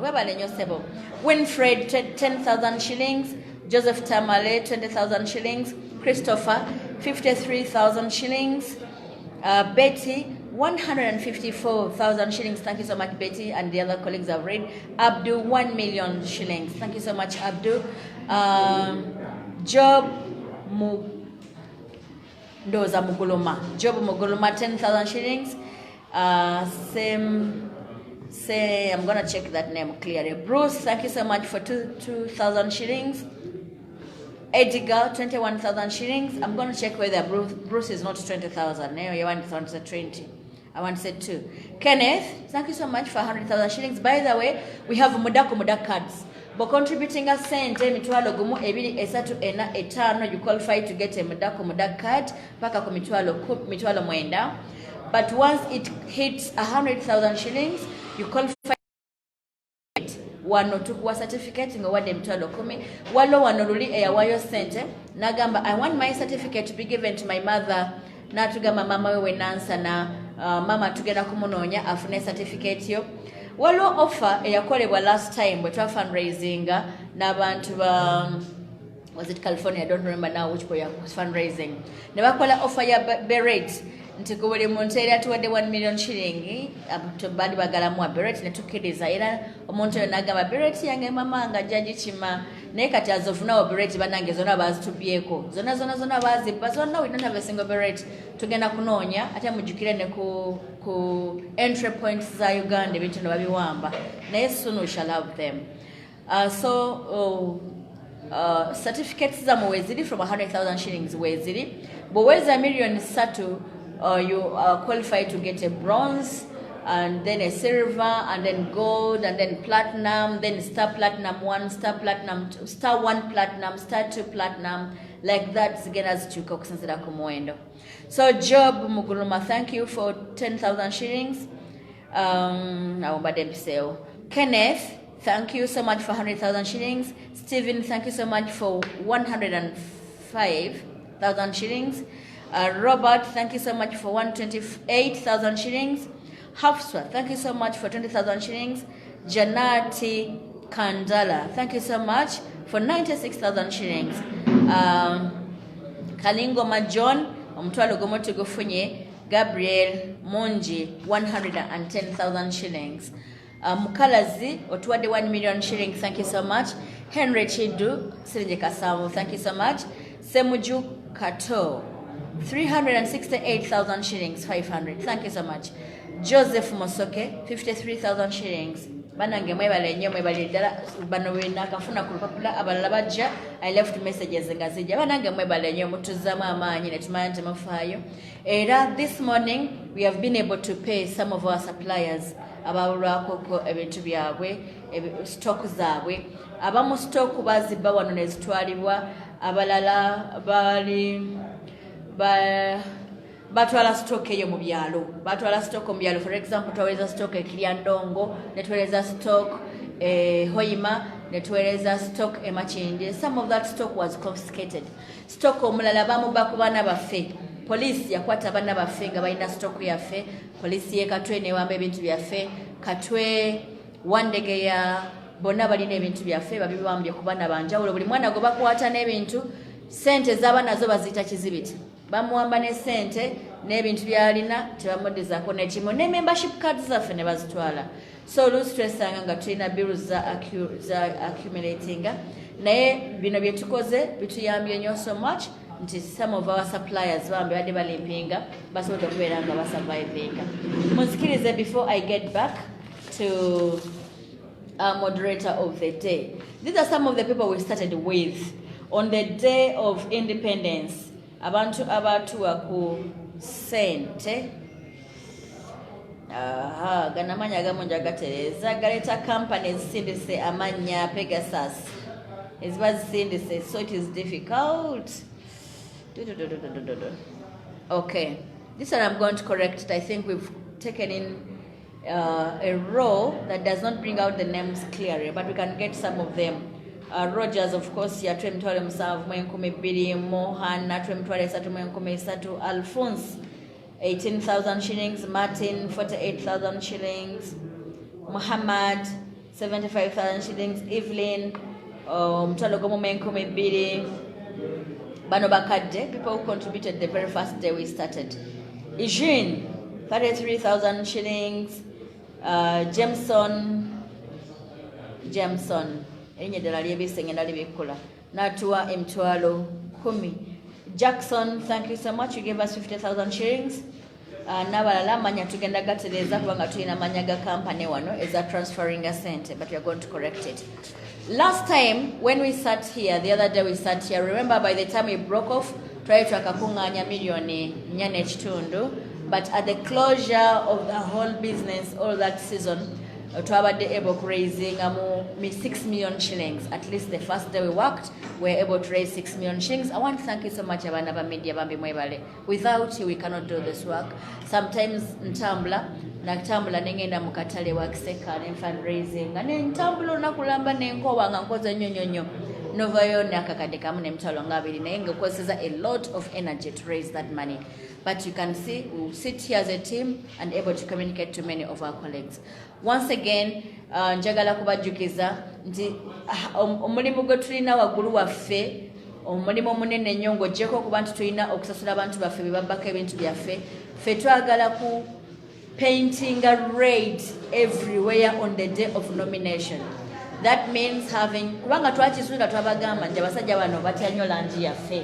Kitegeeza having bandanas, kitegeeza having headbands, kitegeeza having t-shirts, kitegeeza t-shirts twebaza bazigula. T-shirts zino tuba tetugaba bwerere. Kyovola we are talking about suppliers. Batuwa t-shirts ezo ne tuzitunza abantu ku kasente akasamusamu naffe ne tukufulako 15,000 esobola okugulira abaana amazzi abagenda batambudde obaolyayo n'okukola kubamu ababeera balwadde n'obuntu obutonotono. So twagala kubanga coloringa everywhere red. Twabagamba okufuna posters, just to have posters in each polling station, polling area, twali twetaaga more than 1 billion shillings. Okubeera nga tulina posters. In fact, it was 800 and something million. I'm going to check my records. 840 million shillings. Then etugamba okufuna bubana 5 mu buli gombolola. Egombolola limu nga lyetaaga emitwalo 22 egombolola limu. There are people, there is someone, I'm going to recognize his name when I come back. Ye yagamba egombolola lye waffe nja kulikolako. Tukwebaza ssebo, I'm going to come back here and recognize your name. Mentioning ene gombolola yo agamba ojja kukola ku gombolola lyo. I think as far as banners are concerned, that is 220,000 shillings. But we still have, we need posters that have to go in your area.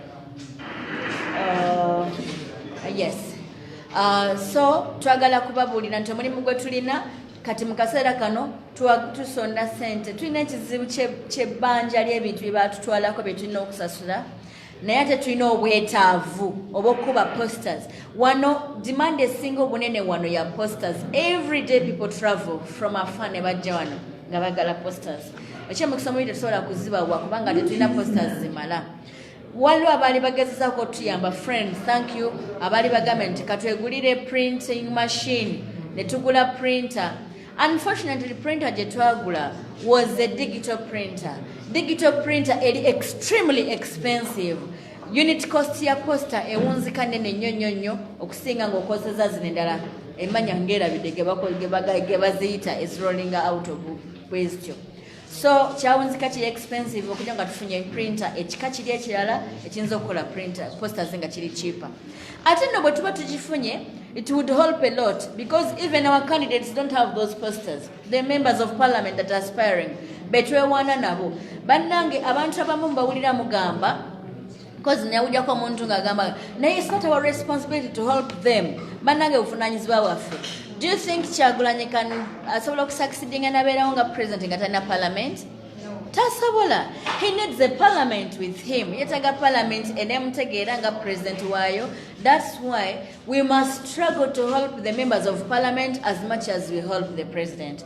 Tuyambe president waffe, tuyambe members of parliament, tusobola okufuna a minimum number of posters for them. But we cannot go to start printing posters for parliamentarians when we have printed posters for our president and we know we have nominations ahead of us. Today is 20, what's the date today? 22nd. Today is 22nd and you all know nomination is on the 3rd. That's under 2 weeks actually, it's just a week away from us. So we really need these things. Mangu nyo. More. Yes, at that point, I will request that someone managing our music, we need revolutionary songs. Twetaaga nyimba za mukama waffe, nyimba za mukama waffe ne nyimba z'abaana baffe abayimbye ennyimba ez'ekyama. Bobby Yanga, Density, Bani. Naffe nange banayimba y'oluyimba sirujjukira ne sirujjukira ne nja kuyimba y'oluyimba. So we need that music in the background. It's gonna join us, but at that point, let me first of all invite our moderator to moderate the show and welcome the guests that we have amidst us as we collect more data. Thank you so much. Bye for now, friends. Okay. Thank you so much, Madam Aisha Kabanda. I can see everybody is already in the mood for the revolutionary songs. Okay. With me, I've been joined with a comrade.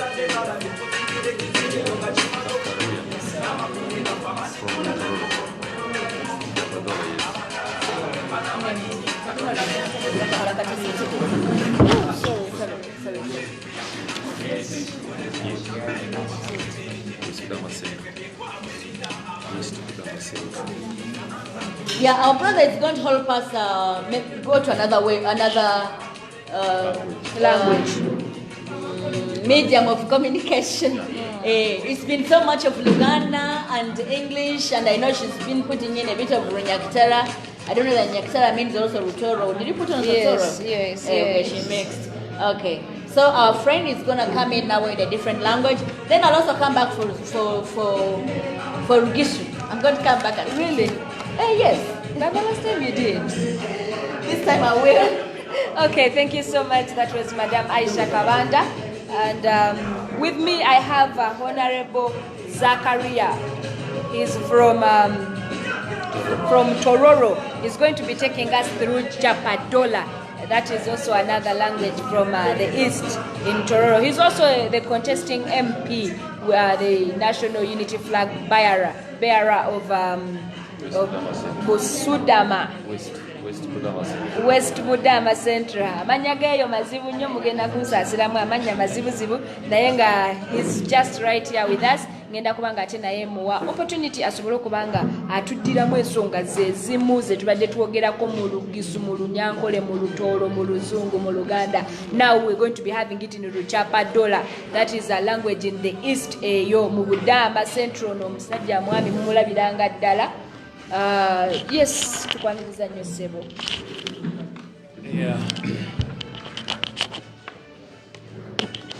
Yeah, thank you very much, comrade. I am glad to be here. My task is a little bit simple. I've been asked to speak my language. So don't get surprised when I change immediately. Okay. Afoyo bilugislwanyi ma ndelo makonme beduka ichokrok ma miyo waslwanyi jije majuntie Uganda ka waketo chingwa kanchiel nuango gimoro matin mwanwango mwanyalo keto i boxi ma National Unity Platform maketo konyo mwechi wajaduongi Chagulanyi Robert kodi wajujewa members ma parliament. Kaki the detail an abedo an aspirant for West Budama Central people Noop people power abedo kadhiro yuak tek swa rija padola o jimajuwok Tororo majuntie kimaro kung people power munya kwayo joni me gimotimere munyo ochaki munyo wacho ni kis dano manyalo bedo gi gima nyalo bedo gine ubedi ka dhiro jasima the number dano je manyalo bedo gi gimoro manyalo bedo kunyo choro makonyo National Unity Platform people power ilweny ma wantie gine me ma wangolewa duoko meni kosa derino ichingi jimon mute ko kadho ichingi government ma NRM majungo e gikisa maduong mere wantie gi namba majijoketi e pesa kada be ni ndi chalo mulanda. These are some of my sub county Mulanda, Muelo, Pajuenda, Kidera, me a number mommy ma Pesa tunda to the office mwaka. The customer number is 070. Sorry, number is 0787067100. Ito kami tukabili kadu wakru number jiparan jipadol majo maro National Unity Platform ja muteso maro National Unity Platform ju tororo je majo maro National Unity Platform ko no be bisluan mo mi wani de luma ko ni wa wachi ye riwin gime ito dok mo wan bu dok ngo gana gana wa doka dok number me marario number mi oro makilo pesa i office National Unity Platform a number me 0787 067100.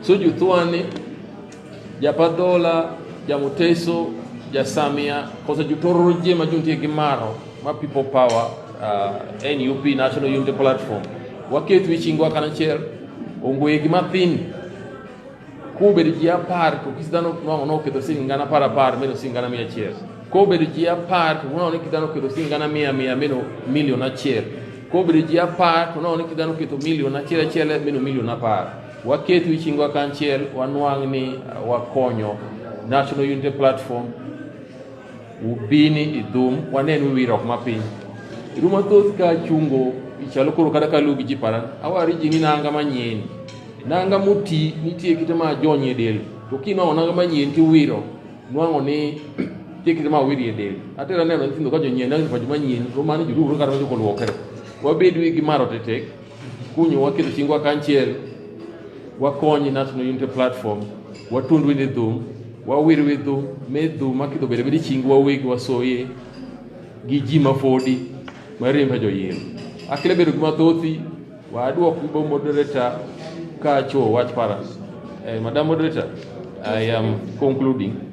I have said a key word using my language to my people, and I believe from today or from now onwards the people will get chance to listen to what I've said.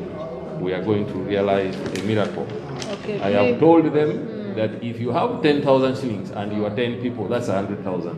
Yeah. If you have 100,000 and you are 100 people, you are 10 people, that's 1 million. If there are those one who have 1 million and they are 10, that is 10 million. I have called upon them to join hands with all other Ugandans to rescue our country. This is the revolution for the young people who have seen. They were born under NRM and they have not seen anything good about it. They are saying we are changing. We want to see change. So basically, madam, this is what I was trying to share with my people in my language. Okay. And basically, I was focusing in Tororo.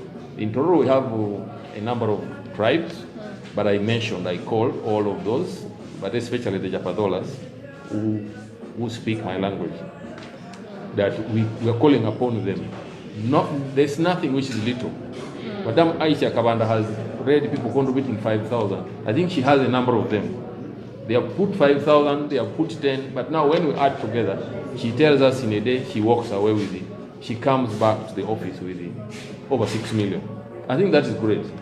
I am encouraging my people not to sit back, but to join hands with all other Ugandans to push for people power, to push for National Unity Platform, to push for Robert Chagulanyi as the president and all other members of parliament. So I want to stop here. Once again, my name is Zakaria Ono, an aspirant for West Budama Central, the flag of National Unity Platform. Thank you very much. Okay, thank you so much, Honorable. Before you really devastate us, before you leave us, how are the people of Budama? How do they perceive NUP? Because people think NUP is actually only in the central. How do people in Budama specifically, because that is where you're contesting for as the MP, how do people there perceive NUP? Like I said, I mentioned something here in my language. I said, when you have an old cloth and the next day you walk and pick a new cloth, there's a way your body feels. I want to assure you that people with Dama have embraced the National Unity Platform. That the challenge I have, me as an aspirant, is the product.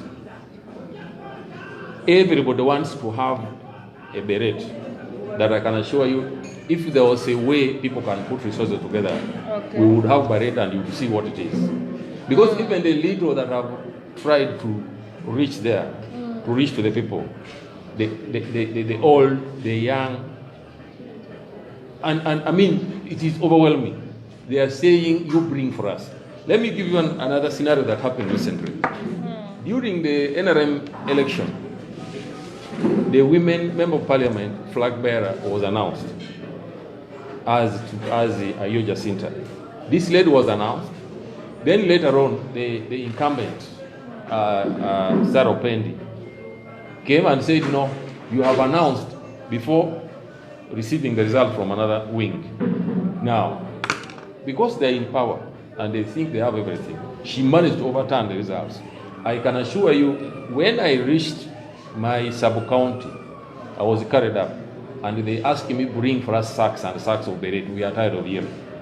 Because we cannot choose our leader, and then because people think they have power, they have the right to change to any person they want. So that is the challenge you have, and I can assure you, Noob is there, and we are there, and they are looking out to us. Tell us what to do, guide us. We are giving you the vote. That is what is there on the ground. Okay. I can grab. Briefly, you can also tell the people of Budama what you're really planning for them as their incoming MP. We're so much sure, since NUP has already filled that area, we're so much sure people are just waiting to vote for you. Also share with us some of the challenges that the people of Budama are facing currently. Yeah, true. Yeah, there are a number of challenges, like which is similar. We have land grabbing. That is even in West Budama. People who think they have authority, they grab land. They don't have respect to justice. So this is one of the things that I'm coming in to handle. Land grabbing. First of all, I want to work with them. I cannot promise to work alone, but I want to work with them. They have to team up, and first of all, we secure our resources. The biggest resource in Budama is land and mineral. It is obvious. In Budama, we have cement almost throughout the district. I can assure you, we have Hima down there from Western.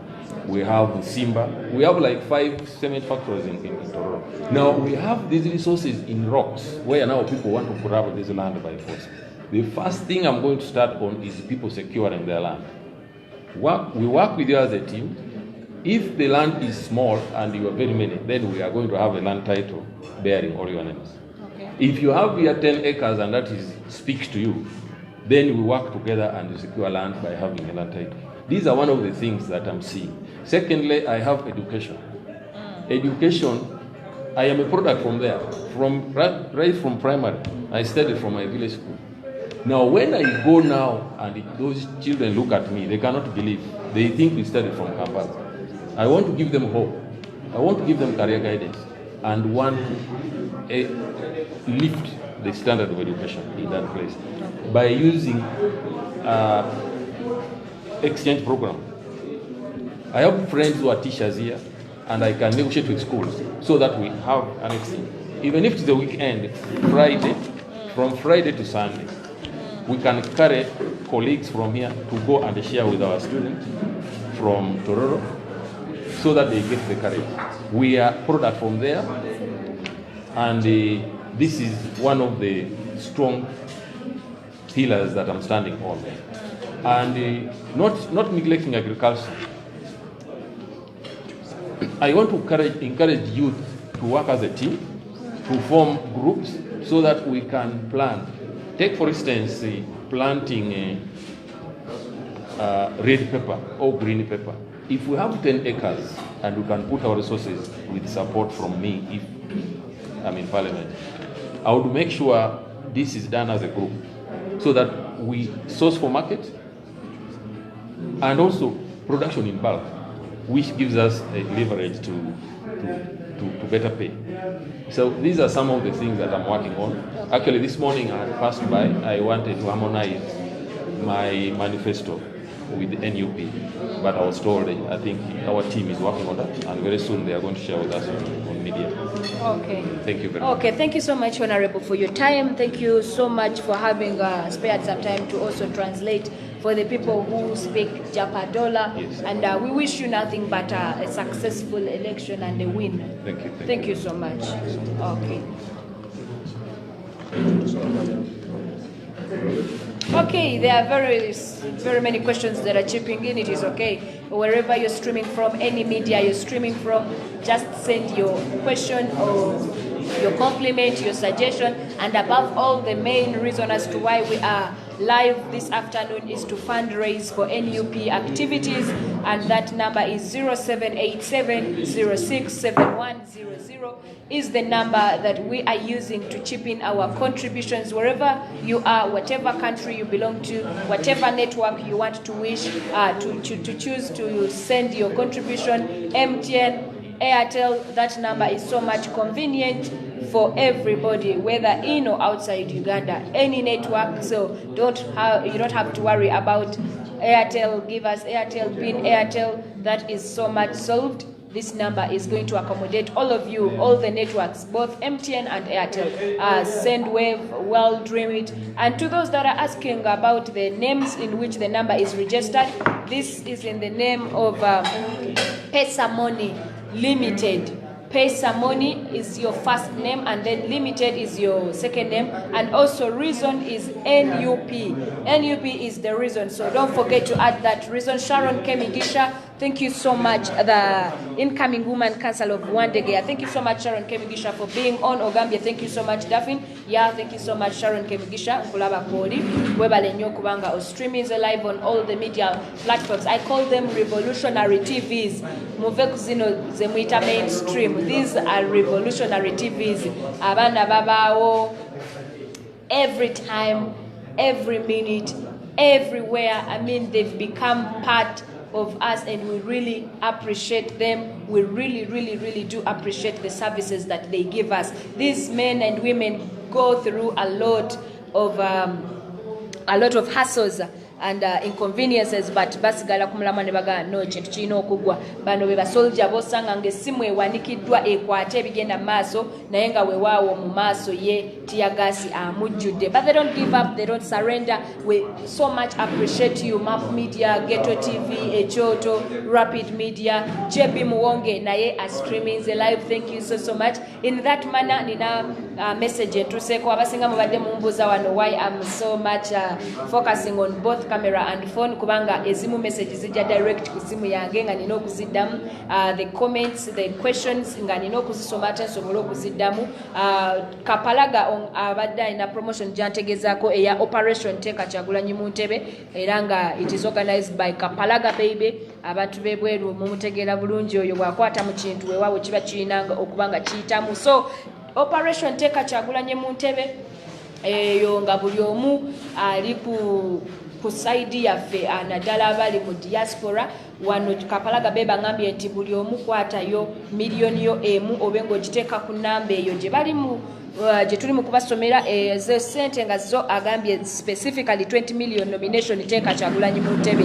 Kapalaga Beba agenda kubanga akola live enfunda okubanga abannyonnyola ku operation eyo, Operation Teeka Kyagulanyi mu Ntebe, era nga ezo zo mugenda nazifunirako certificate eziri signed by Honorable Robert Kyagulanyi. Ako nako nkayisizaawo muganda wange Kapalaga Baby, webale nnyo. Abantu b'ebweru bakola buli kimu okulabanga tutuusa Kyagulanyi mu Ntebe, whatever it costs, whatever it means. So zino fundraising is a mulaba. It's not a pass of time, it's not a source of income, it's not a way to get wealth, it is a way to take, it is a step, it is a ladder to take Honorable Robert Kyagulanyi mu Ntebe. So Operation Teeka Kyagulanyi mu Ntebe, thank you so much Kapalaga Baby.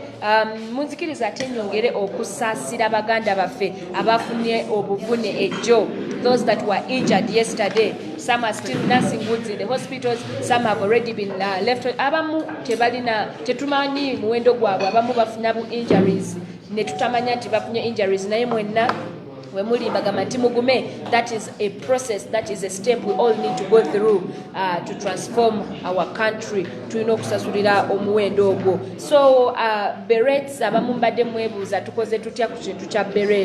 there are very many ways you can still brand yourself. T-shirts are okay, capes are already in progress. So don't feel intimidated, don't feel left out. It's your party, it's your brand, you wear it, you live it, you do it, you practice it. So don't feel offended, don't be left miserable. Backup plan. So if they say berets sinungi, caps weziri, bu bandana webuli, bu t-shirt webuli, bu badge nga buno kenyamba de nako wekali, wewawo so tambulanga tewali kikubulako kiraga nti oli wa NUP. Nyinza basambadde kakofiira, nyinza basambadde t-shirt, naye era omuntu wandabaga kabaji kako ka NUP. So you can get all these accessories. Vabasinga wano fenna mutumanyi osobola okukuwa message media platform ezenjawulo weeziri nogaa nti naye noonya kakofiira, noonya mask. So don't be left out, keep the branding higher and brighter. We're still on the event for today. We're fundraising for NUP activities. N'okusobola okuddaabiriza ebintu bye bayonoona, sente ze babba, ebintu bye baatwala. So it's really a lot. If I start to mention it, nyinza obutazimalayo era nga ngenda kubanga mbasomera ennamba eno nga ate sinnayaniriza muganda waffe atwegaseeko eri 0787 067100. ngenda kubanga mundeka muganda wafono nga alina ate communication jatuwa. Okay, Madam Aisha genda mwanjula nveewoko dakiika ntono nnyo ate nange mbenga nkomawo tugenda kitwala till the top of the hour. Okay, Madam Aisha, you can take over. Thank you bakwe space okudako woyita wano owa music wange amulete kati zegenda kuya dance teaching this. I want to take the honor of introducing my colleague Oyek Gerard. Gerard is a member of our elections committee here and a member of our secretariat. He was delegated to the north. They are working together with Mama Lina and they are doing a very good job. Gerard, eh? Yes. Highly, I point my test. Beranda fine. I didn't know. I know. Anadak para game, eh? So I know a bit of it, eh? Yes. Actually, that is good. You pronounce it clearly. Yeah. So Gerard is here. He's going to speak to us in Luo. And he will do a bit of Luganda. Madam Caesar, abanaffe abatwagira mu Uganda ne mu diaspora mwebale omulimu okusondera sente mu revolution eno. Please don't bite your tongue. So before I invite him to speak to us in Luo, may I recognize the friends that have made contributions. Drake Segawa, thank you so much. We received 11,000 shillings from you. Joseph Ranga, thank you so much. We received 10,000 shillings from you. Shafiq Bosa, 12,000 shillings. Christine Nakalyango, 20,000 shillings. Joseph Ranga, Mtalo Gomo. Rajab Abdusalam, Mtalo Gomo. Noe Chiwanoka, Mtalo Gomo. Stella, thank you so much. 101,936. Samson Kalunji, 11,000 shillings.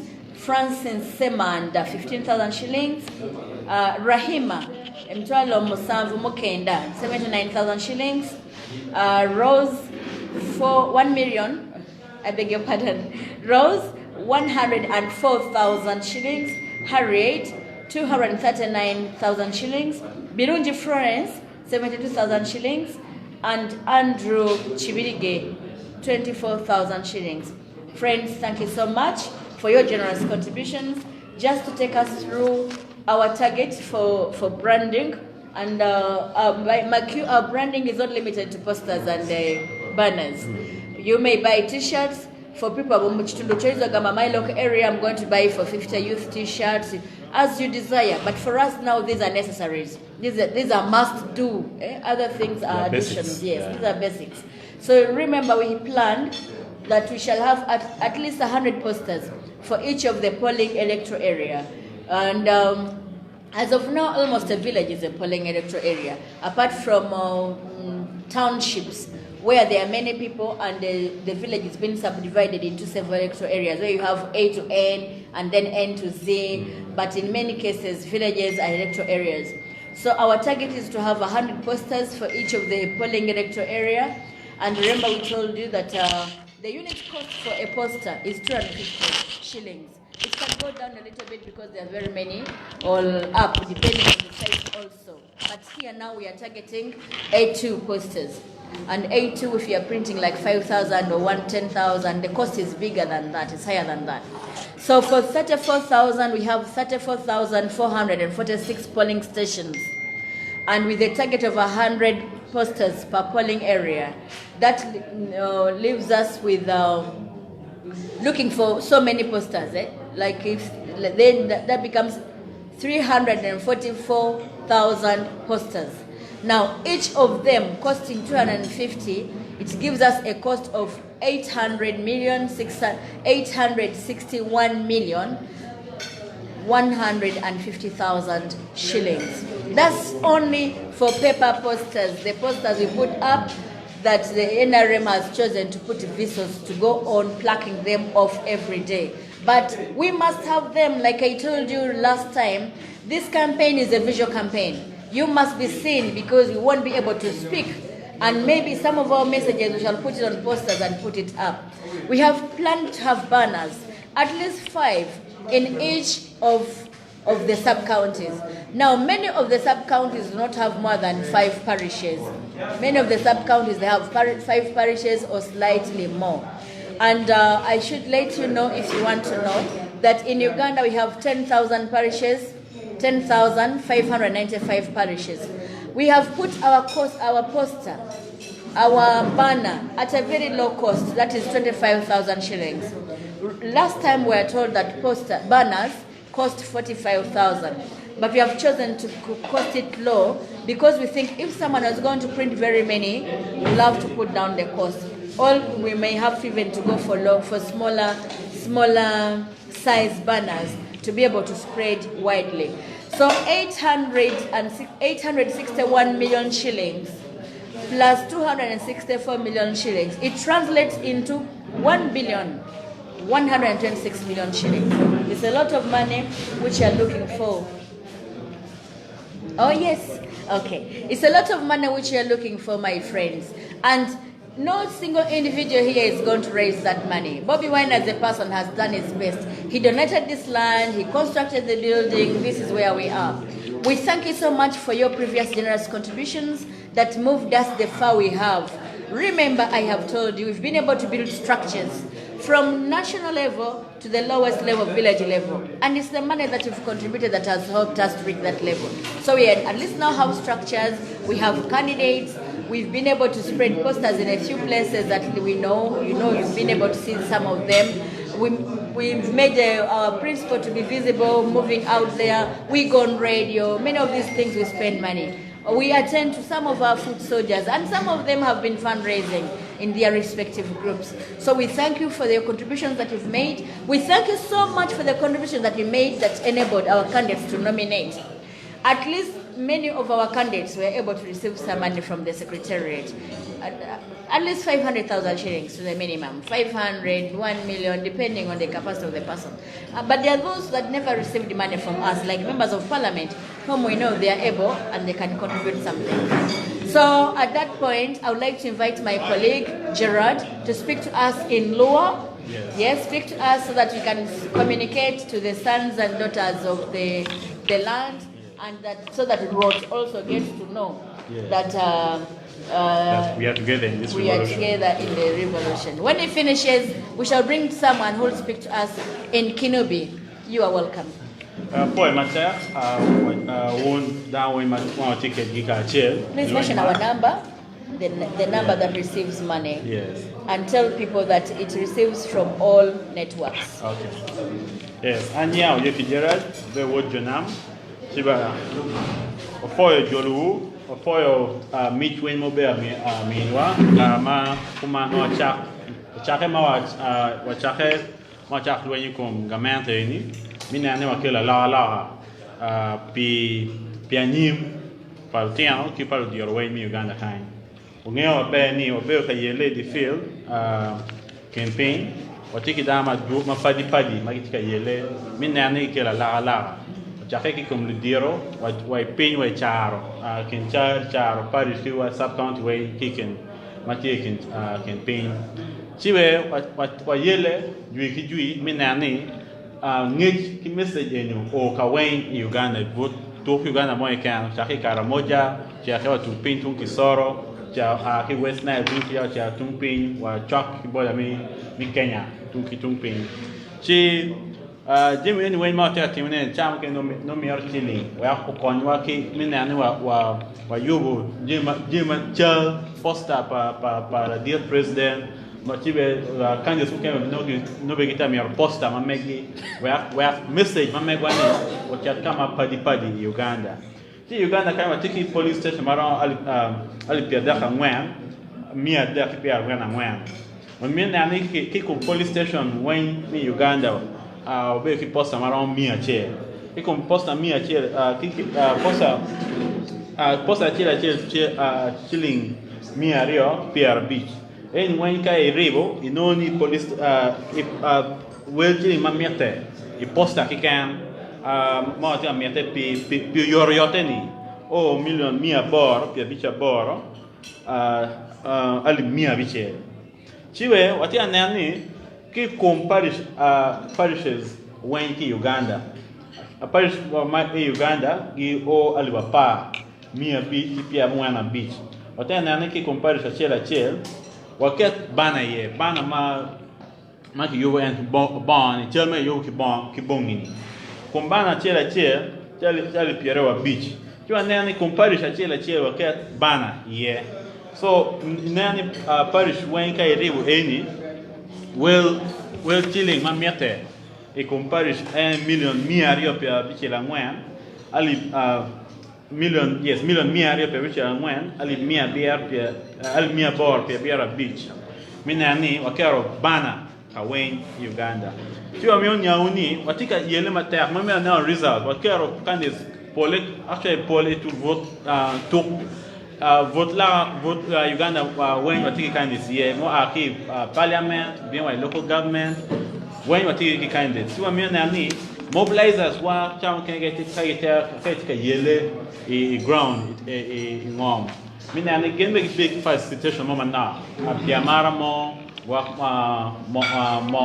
pire you can future secretary kind know at least more muta me obetie coordination cham ke jon ke mawa di field si poni no me rapid response minani ge no point mamete tu apoio tila ko apoio we mater na wachima mi actually kon euni en gera biara boro gero abiero aboro abero gero abichel abero achel gero kon mo ikan mo line mo ikan wen ki twale line in ma ti wa hanu gero abero aboro abero gero abichel abero achel gero foi mater foi lá beranda fa gel abor gero aboro abiro now I don't speak abiro yeah.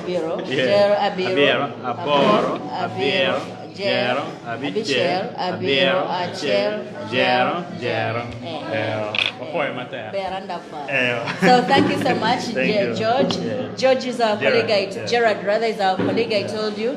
He's a member of our elections committee and he's been particularly assigned in the northern region to do mobilization there. Yeah. We expect a win from the north if things don't go on very well, as you can see we are shaking up this place. Thank you. Yeah. Thank you. We can excuse you as I welcome the other colleague.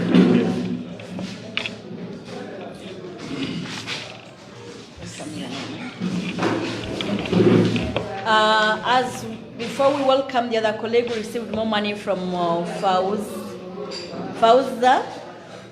I think Fauzia. Okay, Chibuka 21,000 shillings. We also received 22,000 shillings and 50,000 shillings.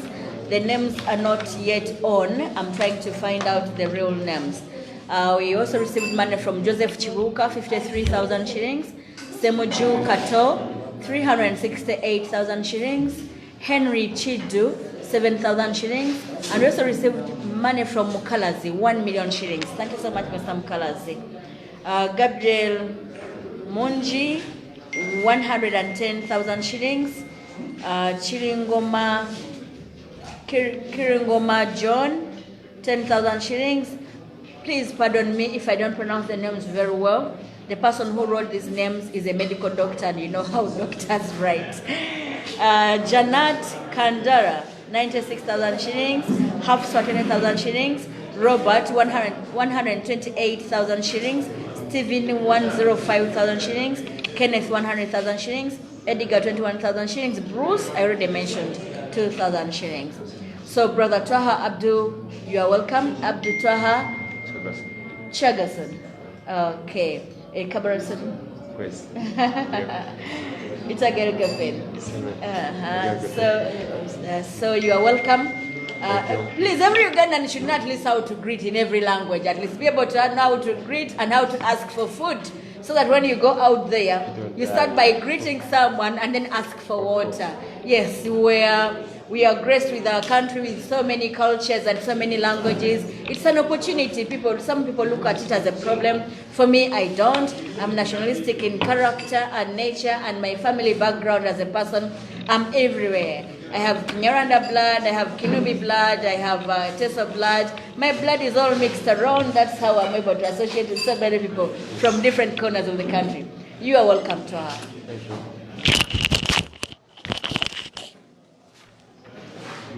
Thank you so much. My name is Twaha Abdul Chagason. Aspiring blood cancer LC5 Bokota under the NUP umbrella. I'm the official. Yeah. Yes, I'm selling to Kulubarana. Before you start rapping, because as we started, when you started communicating, you were not here. But I know you understand we are fundraising. Yeah. But what is so important is that we want to let people know that we have scarcity of posters and want our posters to reach every part of the country. Yeah. And you know, in the Western Isle, these posters are really scarce. Yeah. And the other challenge is that government operatives are plucking off these posters so much. So it means that we must have plenty of them so that we replace as much as they remove. Okay, it's something we're not be able to cope up to fight because they have the visas and gisos moving after curfew. Well, for us, we cannot move. So we have planned to have at least 100 posters in each of the electoral area.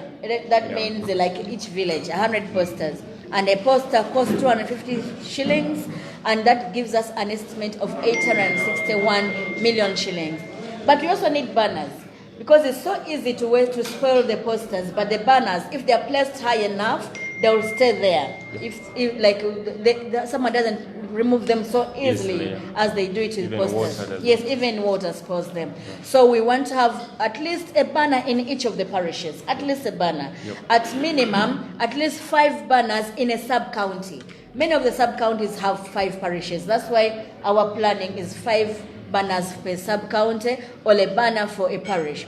And we have costed our banner at 25,000 shillings. I know banners are more expensive than that, but we shall see how to make a manageable, a fairly cheap banner. And that translates into 1.1 billion shillings we need for just having posters. Sooner or later, we may need to look for T-shirts, we need barrettes and banners and bandanas and what, so that each one of us will be putting on red for nomination.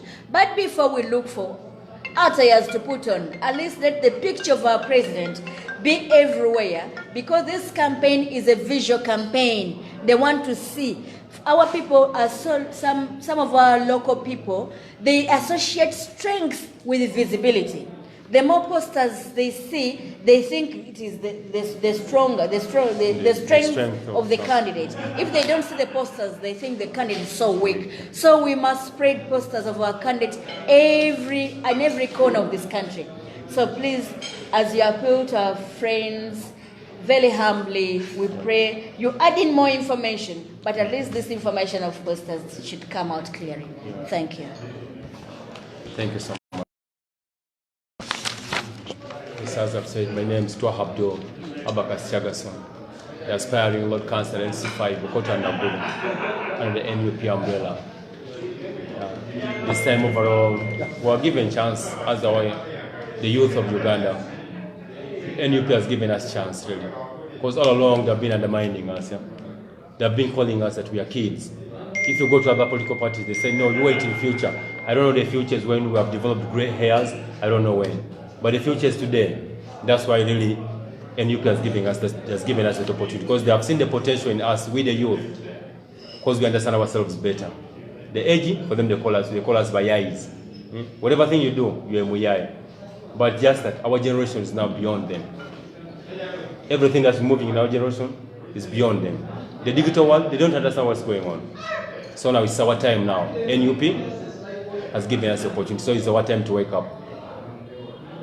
And I'm right now standing as the Lord Councillor LC5, just from the campus at the Kampala University President. Now I'm here. And I know you'll make it. Thank you so much. And wish you success. Thank you so much. Yeah. Tangiel Kefin Barana, Akona Taino Bian, Anselm Takum office the people power in Ala Tua Abdul, Ala Gipje, Lord Councillor LC5, Tabukoto Managuru, the umbrella ta people power, NUP. Ina so ina kaman people power ina chance, ina je weleta Nubian. People power ina opportunity. Ina kagifu, ina kejena, ina kedusi makamai, ina kain kaman, ina Nubian kaman, people jakwana wadinde. Yase ka people ina chance, ina kama gomfo, yo ina gomba ta support akum. Ina gomba takagifu mena goy ladi. Yo mtamisho, ina gomba itakum. So ina people power, right? So ina kafi political party kala, official kala, ma jeta zaman gali people power, malisa political party, people power. Gura NUP Siadumaju sino lakini swede kala inafika officially political party yase kama inaga kusema gasa supporta kumbarana akwana Nubian kulbarana Uganda ku inaga supporta ku swede kala ina represent ina Robert Tagula center mo ogula gifje president ya Uganda yala wise ogomba supporta kumbarana ogomba supporta kumakala sina jina posters ina jina banners ina t-shirts Najuna berets lakini kulu sente yase nagasa takusent support akum nagasa jakwana Nubian barana jase mo kama ina chance ina wele Nubian kagifu ina kama gasa tutang support akum barana kalamasi saba doni regular saba munagura unta munagura gifunta boy mafi ya kama senda kama gumfokala ina kagifu kama saba ina kawon badom ina gasa support akum ina ni parishes Milan ina ni districts Milan for Uganda villages Milan for Uganda yakeswede kulu ya daju support kuma kwa Nubian inagasa best support just if inendi inajide banners aje miawai parishes fi miawai Parishes, yes, these are parishes. Yeah, parishes fi El Fasara comes El Fasara Tiso Kamsenia comes to Tisen. Yeah, the parishes are fee. That's the cost for each parish. Yeah, I say banners. Now go to me banners. But banners why? Because elf comes to Shirin. That's the total money for the banners in just the country. total money to banners for the entire country to Uganda. Malkulu na Fibombo, mtakura safa Juma Tarafa Rua, itarasa Franskobo Kokulu. The entire Uganda. For Malkulu for Uganda, posters could cost $269 million. 64 million. Mitens Albostin, Tamanyo Sebain, Kamsa Sebain. Your posters they could send a cost. The posters million charge the sita miten. Your cost Tamania, Lucky Tamania. Kamsa Sebain. You send a cost the posters. Millions miten or stain ma Lucky Tamania Sabo Sebain. The posters they could cost total. That's total for both. Yes, the total kulu gusul trillion Y million A billion, not trillion.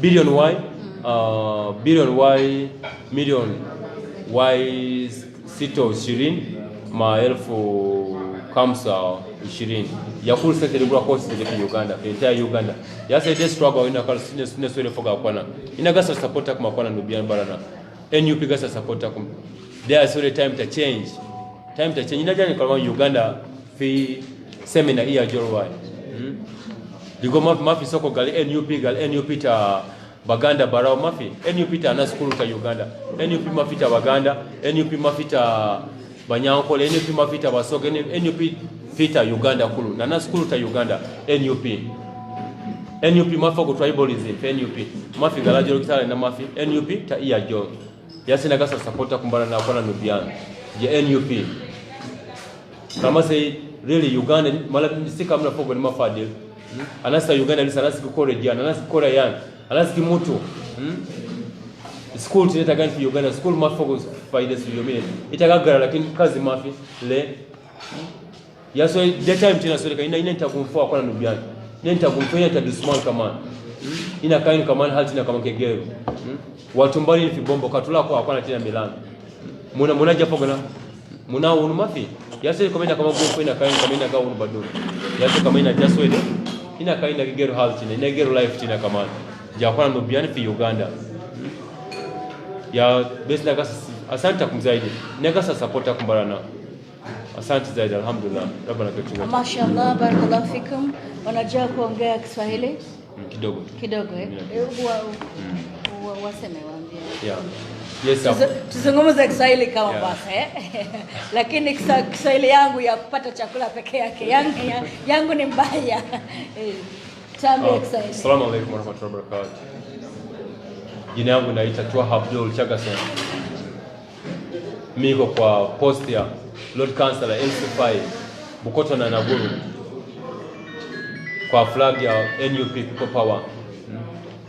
Sasa NUP kusawapa sisi chance wa kijana kidogo sisi yote NUP kusawapa sisi chance ya kusimama ya kurepresent simama kuona sina geuza hali zetu kwa Uganda. Unaona Uganda sisi wa kijana wa Uganda siku hizi hakuna kazi. Sina kufa. Wagonjwa mingi kwa Uganda. Hakuna dawa, hakuna nini sababu sina lipa vitu yote kwa Uganda hapa tax sina lipa. Lakini hakuna vitu natoka kwa government kwa kusaidia Ugandans. Hakuna. Sisi wote Uganda sisi iko hapa sasa sisi kwa mabusu. Uganda country zetu Ugandans. Lakini sasa sisi kwa Uganda sasa sisi kwa mabusu. Uganda sio mabusu.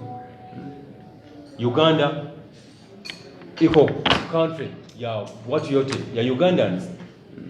Ndio part of Africa. Lakini sasa sisi kwa mabusu. Sasa sisi kwa Middle East. Fasi hakuna vitu ya kukula, hakuna Uganda iko na vitu yote. Waambie maneno ya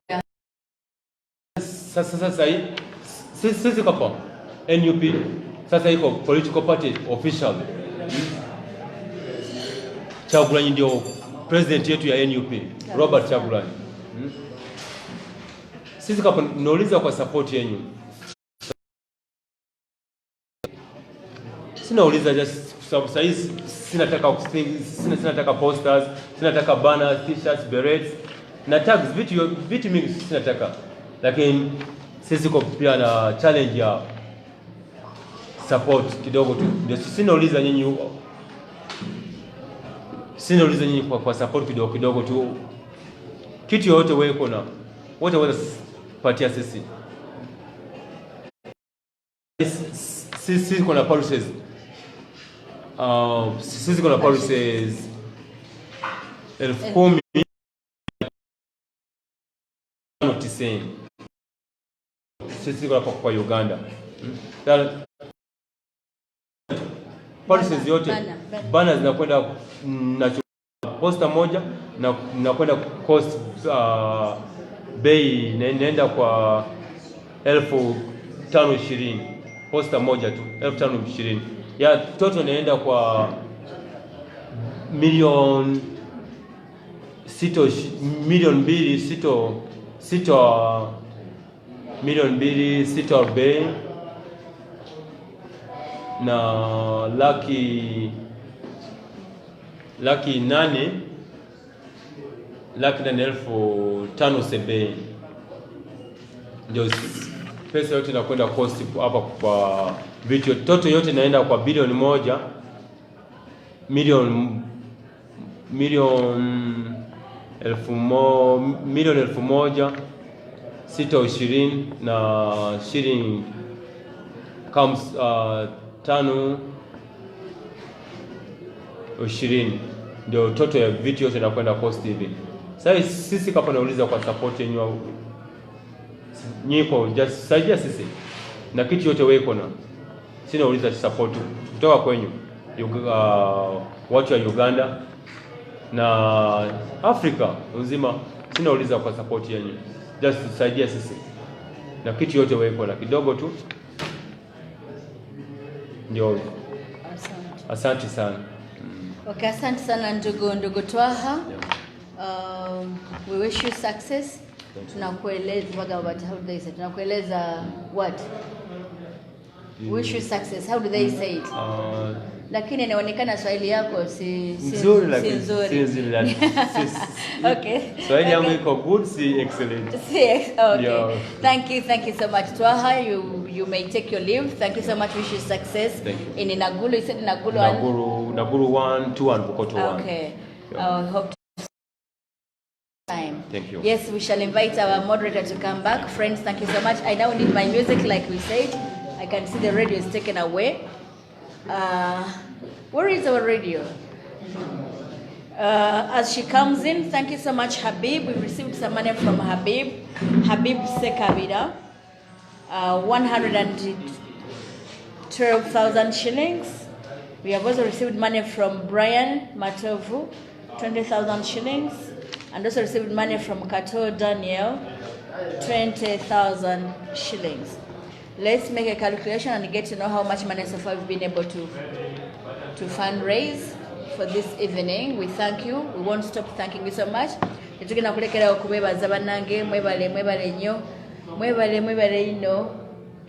Mwebale ilala. I had forgotten mine, so God look at you to remember it. Mwebale ilala bakagwa. Thank you so much for your generous contributions.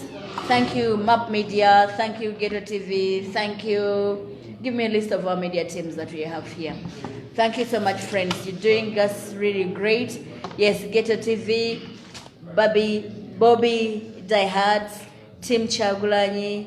Is this called Kelo TV? Kelo TV. Yes, Kelo TV. Choto. Thank you, friends. You are always everywhere, just like NUP. Because sooner or later we shall see you now broadcasting things from elsewhere. I sometimes even wonder how you do it, you guys. You really, thank you so much. We appreciate the work you do for us. Thank you, friends. Messages coming in. Thank you so much, people who are contributing. I hand back over to you as we make calculations to know how much money we've been able to raise. And what time is it now? 12:40. Okay. So back to you, Daphne. Thank you. Okay, abakyali mu streaminga naffe tubeyanziza nnyo. Mwebale obugumiikiriza, mwebale omukwano, mwebale byonna bye musobodde okubanga ate mutukolera. Nammwe abalabi baffe abakyekuumidde ku mitimbagano gyaffe egy'enjawulo bonna wooli mu kulabira ku Ghetto TV, MAP Media, Rapid Media, Bobby Diehard, Tim Kyagulanyi, Kelo TV, wonna woosinzidde okubanga ate otuninze amannya n'eddoboozi Daphne Kyakunzire era nga ngenda kubanga nkwongerayo nga bwe tukitandikize okuva ddala ssaawa 6 paka kati ziri ssaawa 8 weewaawo zigenderera mu ssaawa 9 eza Uganda wano era nga mbagamba nti mwebale nnyo mwebale okubanga mwebale most importantly okucontributinga kyonna kye musobodde okubanga muki much highly appreciated. Tewali sente entono nemu, tewali yadde esente entono nemu, bit 100, bit 200, kale ne weruba nusu atano, china zina omugaso gwe gusobola okwongerera ku tofali lyaffe. Thank you so much for being on.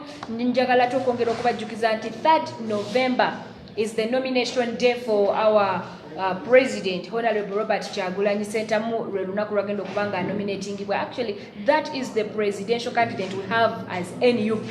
Why not? We should make it a brilliant and colorful day. 3rd November buli omu banga ate omakinga ku kalenda yo eyakatweyungako. Tuli ku fundraising ya NUP activities, enamba eri 0787067100 era ng'erimanya ga Pesa Moni Limited. Wonna woyagalira. We're not going to be making it able to the cameras every day, every now and then, every minute, but then you have the numbers with you. You can always make it up to yourself to chip in your contribution anytime, any moment, any day.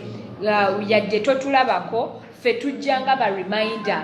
We won't promise you not to come back, but when need be, we shall be coming back just to remind you. Naenge namba yeyo tetusubira kugikyusa enamba yeyo. So for us, we'll only be chipping in to appreciate you, to let you know that so and so has sent your contribution, to remind you further. Nayenga enamba yo everyday egenda kubanga ekola, everyday egenda kubanga receiving a contribution zamwe. So nebwe mbate mulabye Madam Aisha Kabanda, nebwe mbate mundabye maso we wawonze temusobola kunewala mbako nnyo Olugero TV. Thank you so much. Ghetto TV mbako nnyo mberako nnyo. So it was also my responsibility to keep reminding you ku platforms zizo nakwembera ate zino revolutionary TVs. Bondaba ku Olugero nonda ku Ghetto TV encho ja kundaba ku Kyoto oludako ndabe ku Bobby High Die Hard. Yes, it is unity, we are one. Fe just tubateerawo bintu bya njawulo nti oluusi network y'Ekyoto eyinza okwekwata osobola okulabira ku Ghetto TV, network ya Ghetto TV esobola okwekwata osobola olabira ku Olugero TV. So these are revolutionary TVs. There is nothing like gundi akolera wano gundi weno. No, we are one. You expect me to be anywhere, so don't be surprised when you see me on Kyoto International. Don't be surprised when you see me on Bobby Die Hard. Don't be surprised when you see me on Kelo TV. Don't be surprised when you see me on Olugero TV. It's just that we are trying to make the communication and send the communication bigger and wider. So wonna wosobodde okufunira information eyo, just take it in. What matters is the information, not the platform. So tukulembeze nnyo okutambuza obubaka than the platforms zaffe. These are just means, media means on which we transfer, communicate and receive. So these are just media means. Wonna wokisanze, wonna wokigetting great is okay. Milan Jega, thank you so much Mukwano for being on. Wano badaga nti wakatujoininga Mukwano. Thank you so much for being on. Nyongera tokusasira baganda baffe abafunye obuvune yesterday. Ekyo sigenda kulekera olwasonga bano baganda baffe, we have to stand in solidarity with them. And if you can, waba neighbor waba mukwano go, keep checking on them every now and then, every minute and then, keep checking on them, show them that we really do care and push our regards and greetings. Tene ekirala njogera bagamba nti it is our responsibility each one to teach one. Gwe kikukakatako okubanga ate otegeeza banno bajjajjabo basengaawo bakojjaawo abako ab'emikwano bonna kikukakatako. Tuli so much aware nti mu byalo ebimu abantu abasinga tebalina smartphone zino nga ffe ate ze tuyina n'abantu ab'ebweru. So bw'oba mu kyalo nga muli abantu nga basatu abaina smartphone eno, kikukakatako gwe okutambuza enjiri, no spreadinga, no tegezaako abalala batalina smartphone zino. Mwakitegejjeko era nti mainstream TVs ezimu zirina akakookolo, tezisobola kwesalirawo, tezisobola kukyaza abantu baffe bano aba NUP. So fe TV za online zezo zempita revolutionary TV zezibeerawo kutuusaako buli kimu, buli information. Mukaloko olimu tetumanyi best means of communication, but the best means of communication mu byalo ebisinga radios, of which ojja kwesanga nga ne ku radio era tetuyina opportunity ya amaanyi nnyo ezigendako because they are controlled by the state. So gwe kikukakatako asobodde okufuna information eno n'otegezaako abalala, ffenna tubeere means of communication. You be a channel of your own, be a radio of your own. Weeyite Waakiri Mutalya FM, tegeeza buli akuli okumpi. Beera Kadafini TV, tegeeza buli akuli okumpi. Weefuule FM, weefuule channel, weefuule TV, obe ng'osobola okutambuza obubaka eri buli omu. Bajjajja bammwe abamu baaziba amaaso, abamu tebatambula, abamu tebalaba TV, kikukakatako okwefuula FM. Temufaayo nange kyemmanya bamupita FM because everywhere I'm there buli wamu buli media mugenda okutuninga ku Olugiro nga kwendi, ku Geto nga kwendi, ku Kyoto nga kwendi. So I've made myself an FM of the revolution because I need change, and for us to send change to big numbers we must communicate why we need change, reasons as to why we need, and to whom we are submitting to give us the change. That is Honorable Robert Kyagulanyi. We're coming to the top of the hour. Don't forget the main theme of today is fundraising for NUP activities. Eranga a number it is 0787 067100, as my boss is trying to compute the total number of the amount we so far collected. And we also try to sum up. However, even when we go off your cameras, even when you don't see us every day, the number will still be on.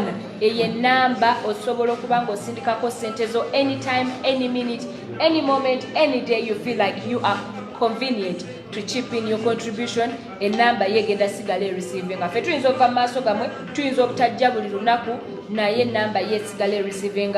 I can't promise today is going to be our last day. You will always be seeing us where need be, to remind you, to thank you. Okay, I've been informed even tomorrow it's going to be the same case. So every time you see us, temutukowa, mutwanirize, mureactinge, musendinge contribution zamwe, amount je twetaaga nnene nnyo atenge inakuva muffe bannankyukakyuka abagala ekyukakyuka ba NUP members.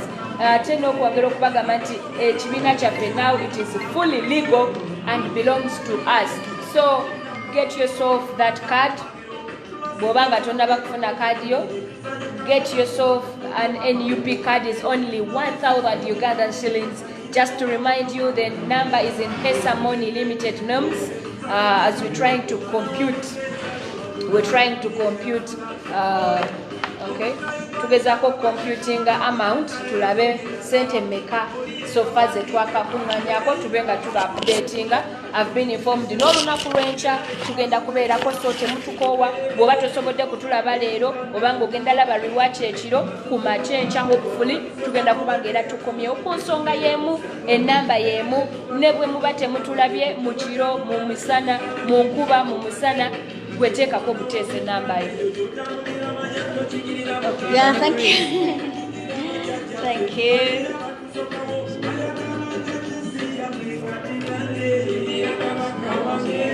Yeah, thank you so much. Tomorrow tujja kuba ne ku radio Mitiana Mbona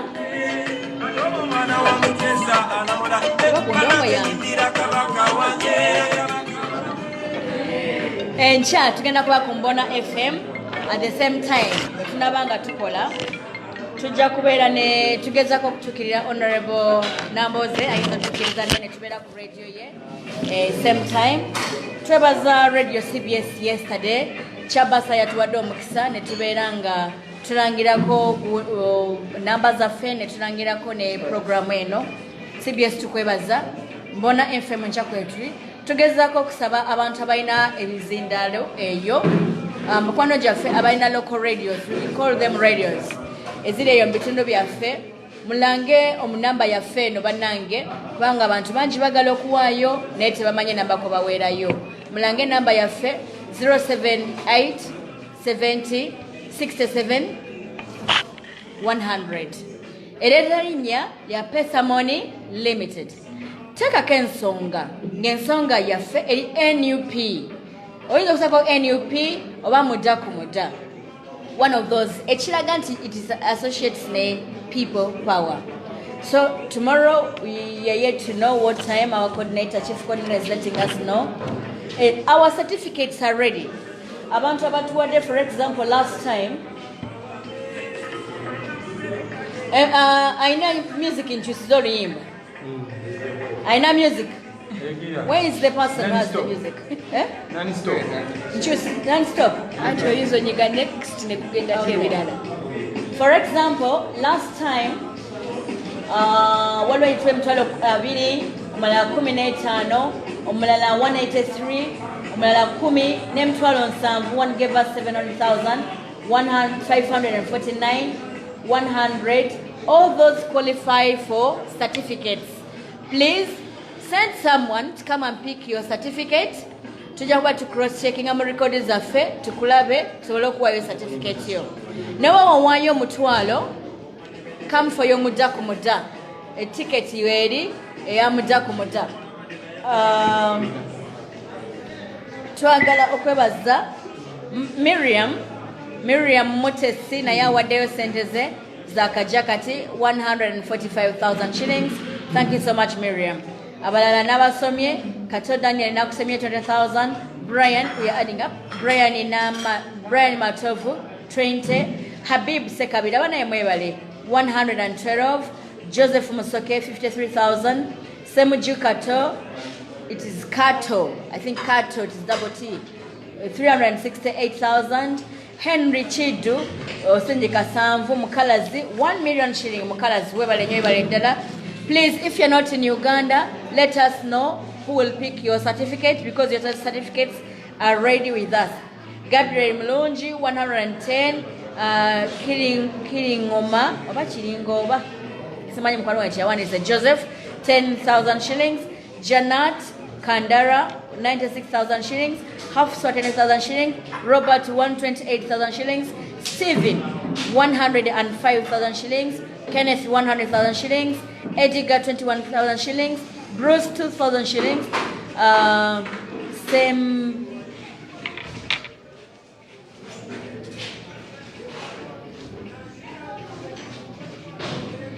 Okay. Sembale 4,000 shillings. Job Muguluma 10,000 shillings.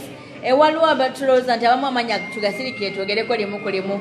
But when they say Ashanarule, Ashanarule kunsi kuno banji nyonyo, you cannot associate with Ashanarule with me. For example, is Ashanarule in Fufanda. Most Ashanarule, everyone is Ashanarule. So we can have the same names.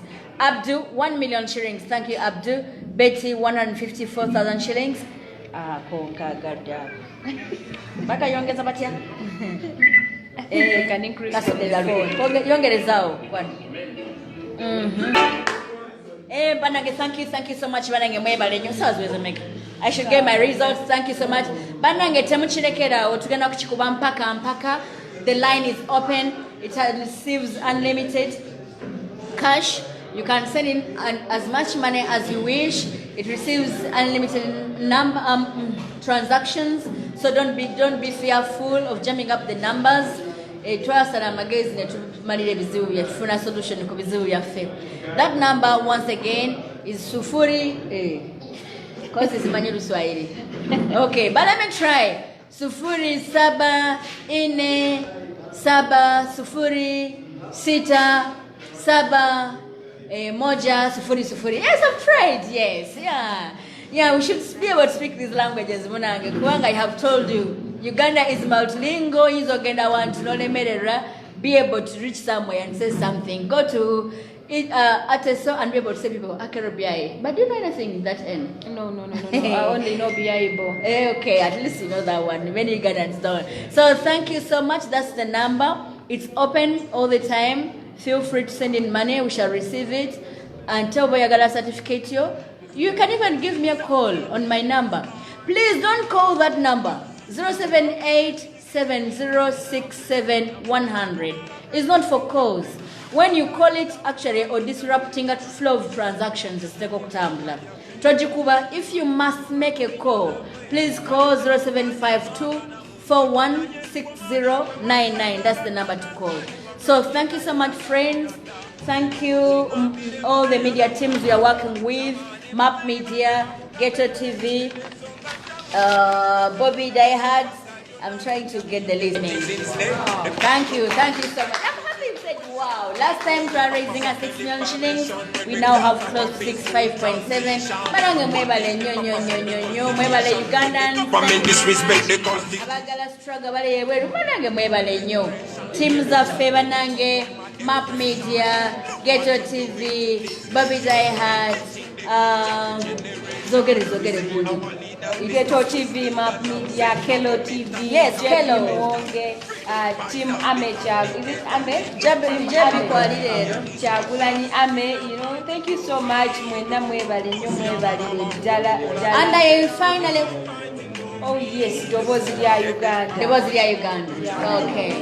And I also want to thank our coordinator. Our coordinator, please, thank you so much. Our mistress of ceremony. Should I call it mistress of ceremony or coordinator? I'm going to tell you, madam. Biona. Our Biona. Thank you. The job still continues. Team Ricardo singa wambadde amanyaga abaana baffe gwaneriyo yenzijukirako Ricardo quickly naye Ricardo mpa amanyaga abaana tuba recognizing abantu bamanyi abaana you know what? These guys actually are more called their media names than their personal names. Okay. Rapid media banange webale nnyo mutabani we banange ondoza uli mu background team gye tulina wano banange kati wadde tugenda kuvaako naye ffe tugenda genda maaso n'omuziki guno ozedyemuko ku dance mbeere energized bwe mpulira ennaku ng'ennumba lwabirenda bwate oluzinefunamu the silence of our friends. Thank you so much for that ending. In the end of it all, we shall not remember the words of our enemies because we know they are our enemies, but the silence of our friends. Thank you so much, Honorable Robert Chagulanyi Sentamu, my president, for visiting Buganda Kingdom yesterday. And you asked Katikiro to speak out, Banange. Bayogereko kubizibu ebitutukako webale nnyo. Babadde boogera naye twagala boogere nnyo. And soon, I know, he will visit the other heads back kingdoms and Alazetulina and the chiefs. He will visit them. He will go and visit roads. He will go and visit Omugabe. He will go and visit Omukama and all other areas. Tujja kugendayo kubanga tumanyi the chiefs babawuliriza.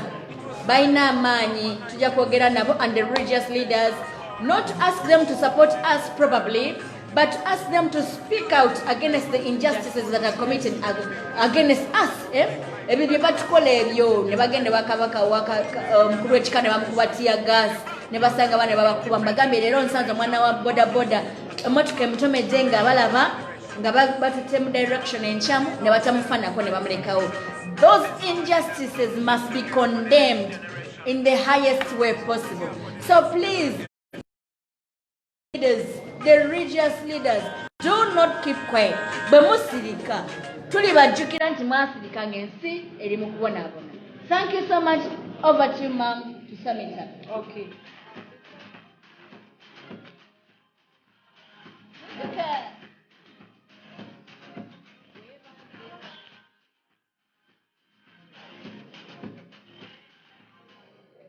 Okay, thank you so much. I want to thank you all that have streamed live with us right from 12 p.m. It's now 3 p.m. coming to the top of the hour, and I want to appreciate every media, every online media platform that has been with us today, the other day, and is still with us forever. Thank you so much, Map Media. Thank you so much, Ghetto TV. Thank you so much, Dobozi ya Uganda. Thank you so much, Choto International. Thank you so much, JB Muwonge. Thank you so much, Kelo TV, Team Chagulani. Thank you so much. You really, Olujiro TV. Thank you so much. You really do a great job. I really appreciate you. On top of that, I also appreciate the viewers who have started with us right from 12 p.m. I don't mind when you started, whether 12 or 2 or 3, but as long as you're with us now, thank you so much. Thank you for streaming live. Thank you for contributing whatever you can to make this function successful. However, I want to tell you that this number will be on to forever. You know, if anytime you feel like you want to chip in your contributions, it's okay. Even when you don't see us in front of your cameras, we will always come in once in a while to remind you, to appreciate you, but the number does not stop when we get off the live. The number still receives those messages. The number is 078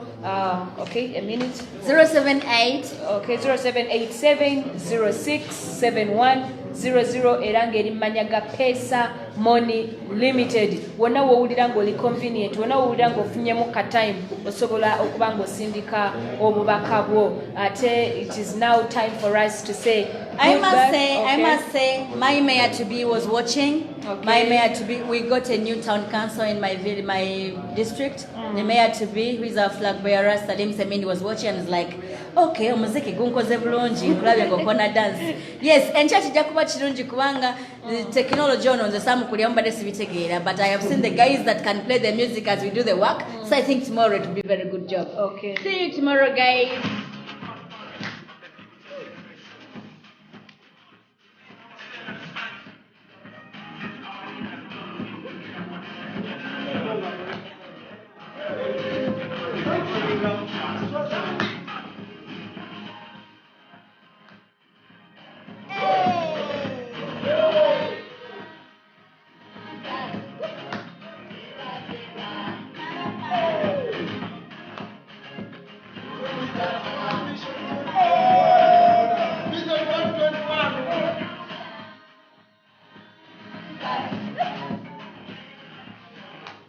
Where are you?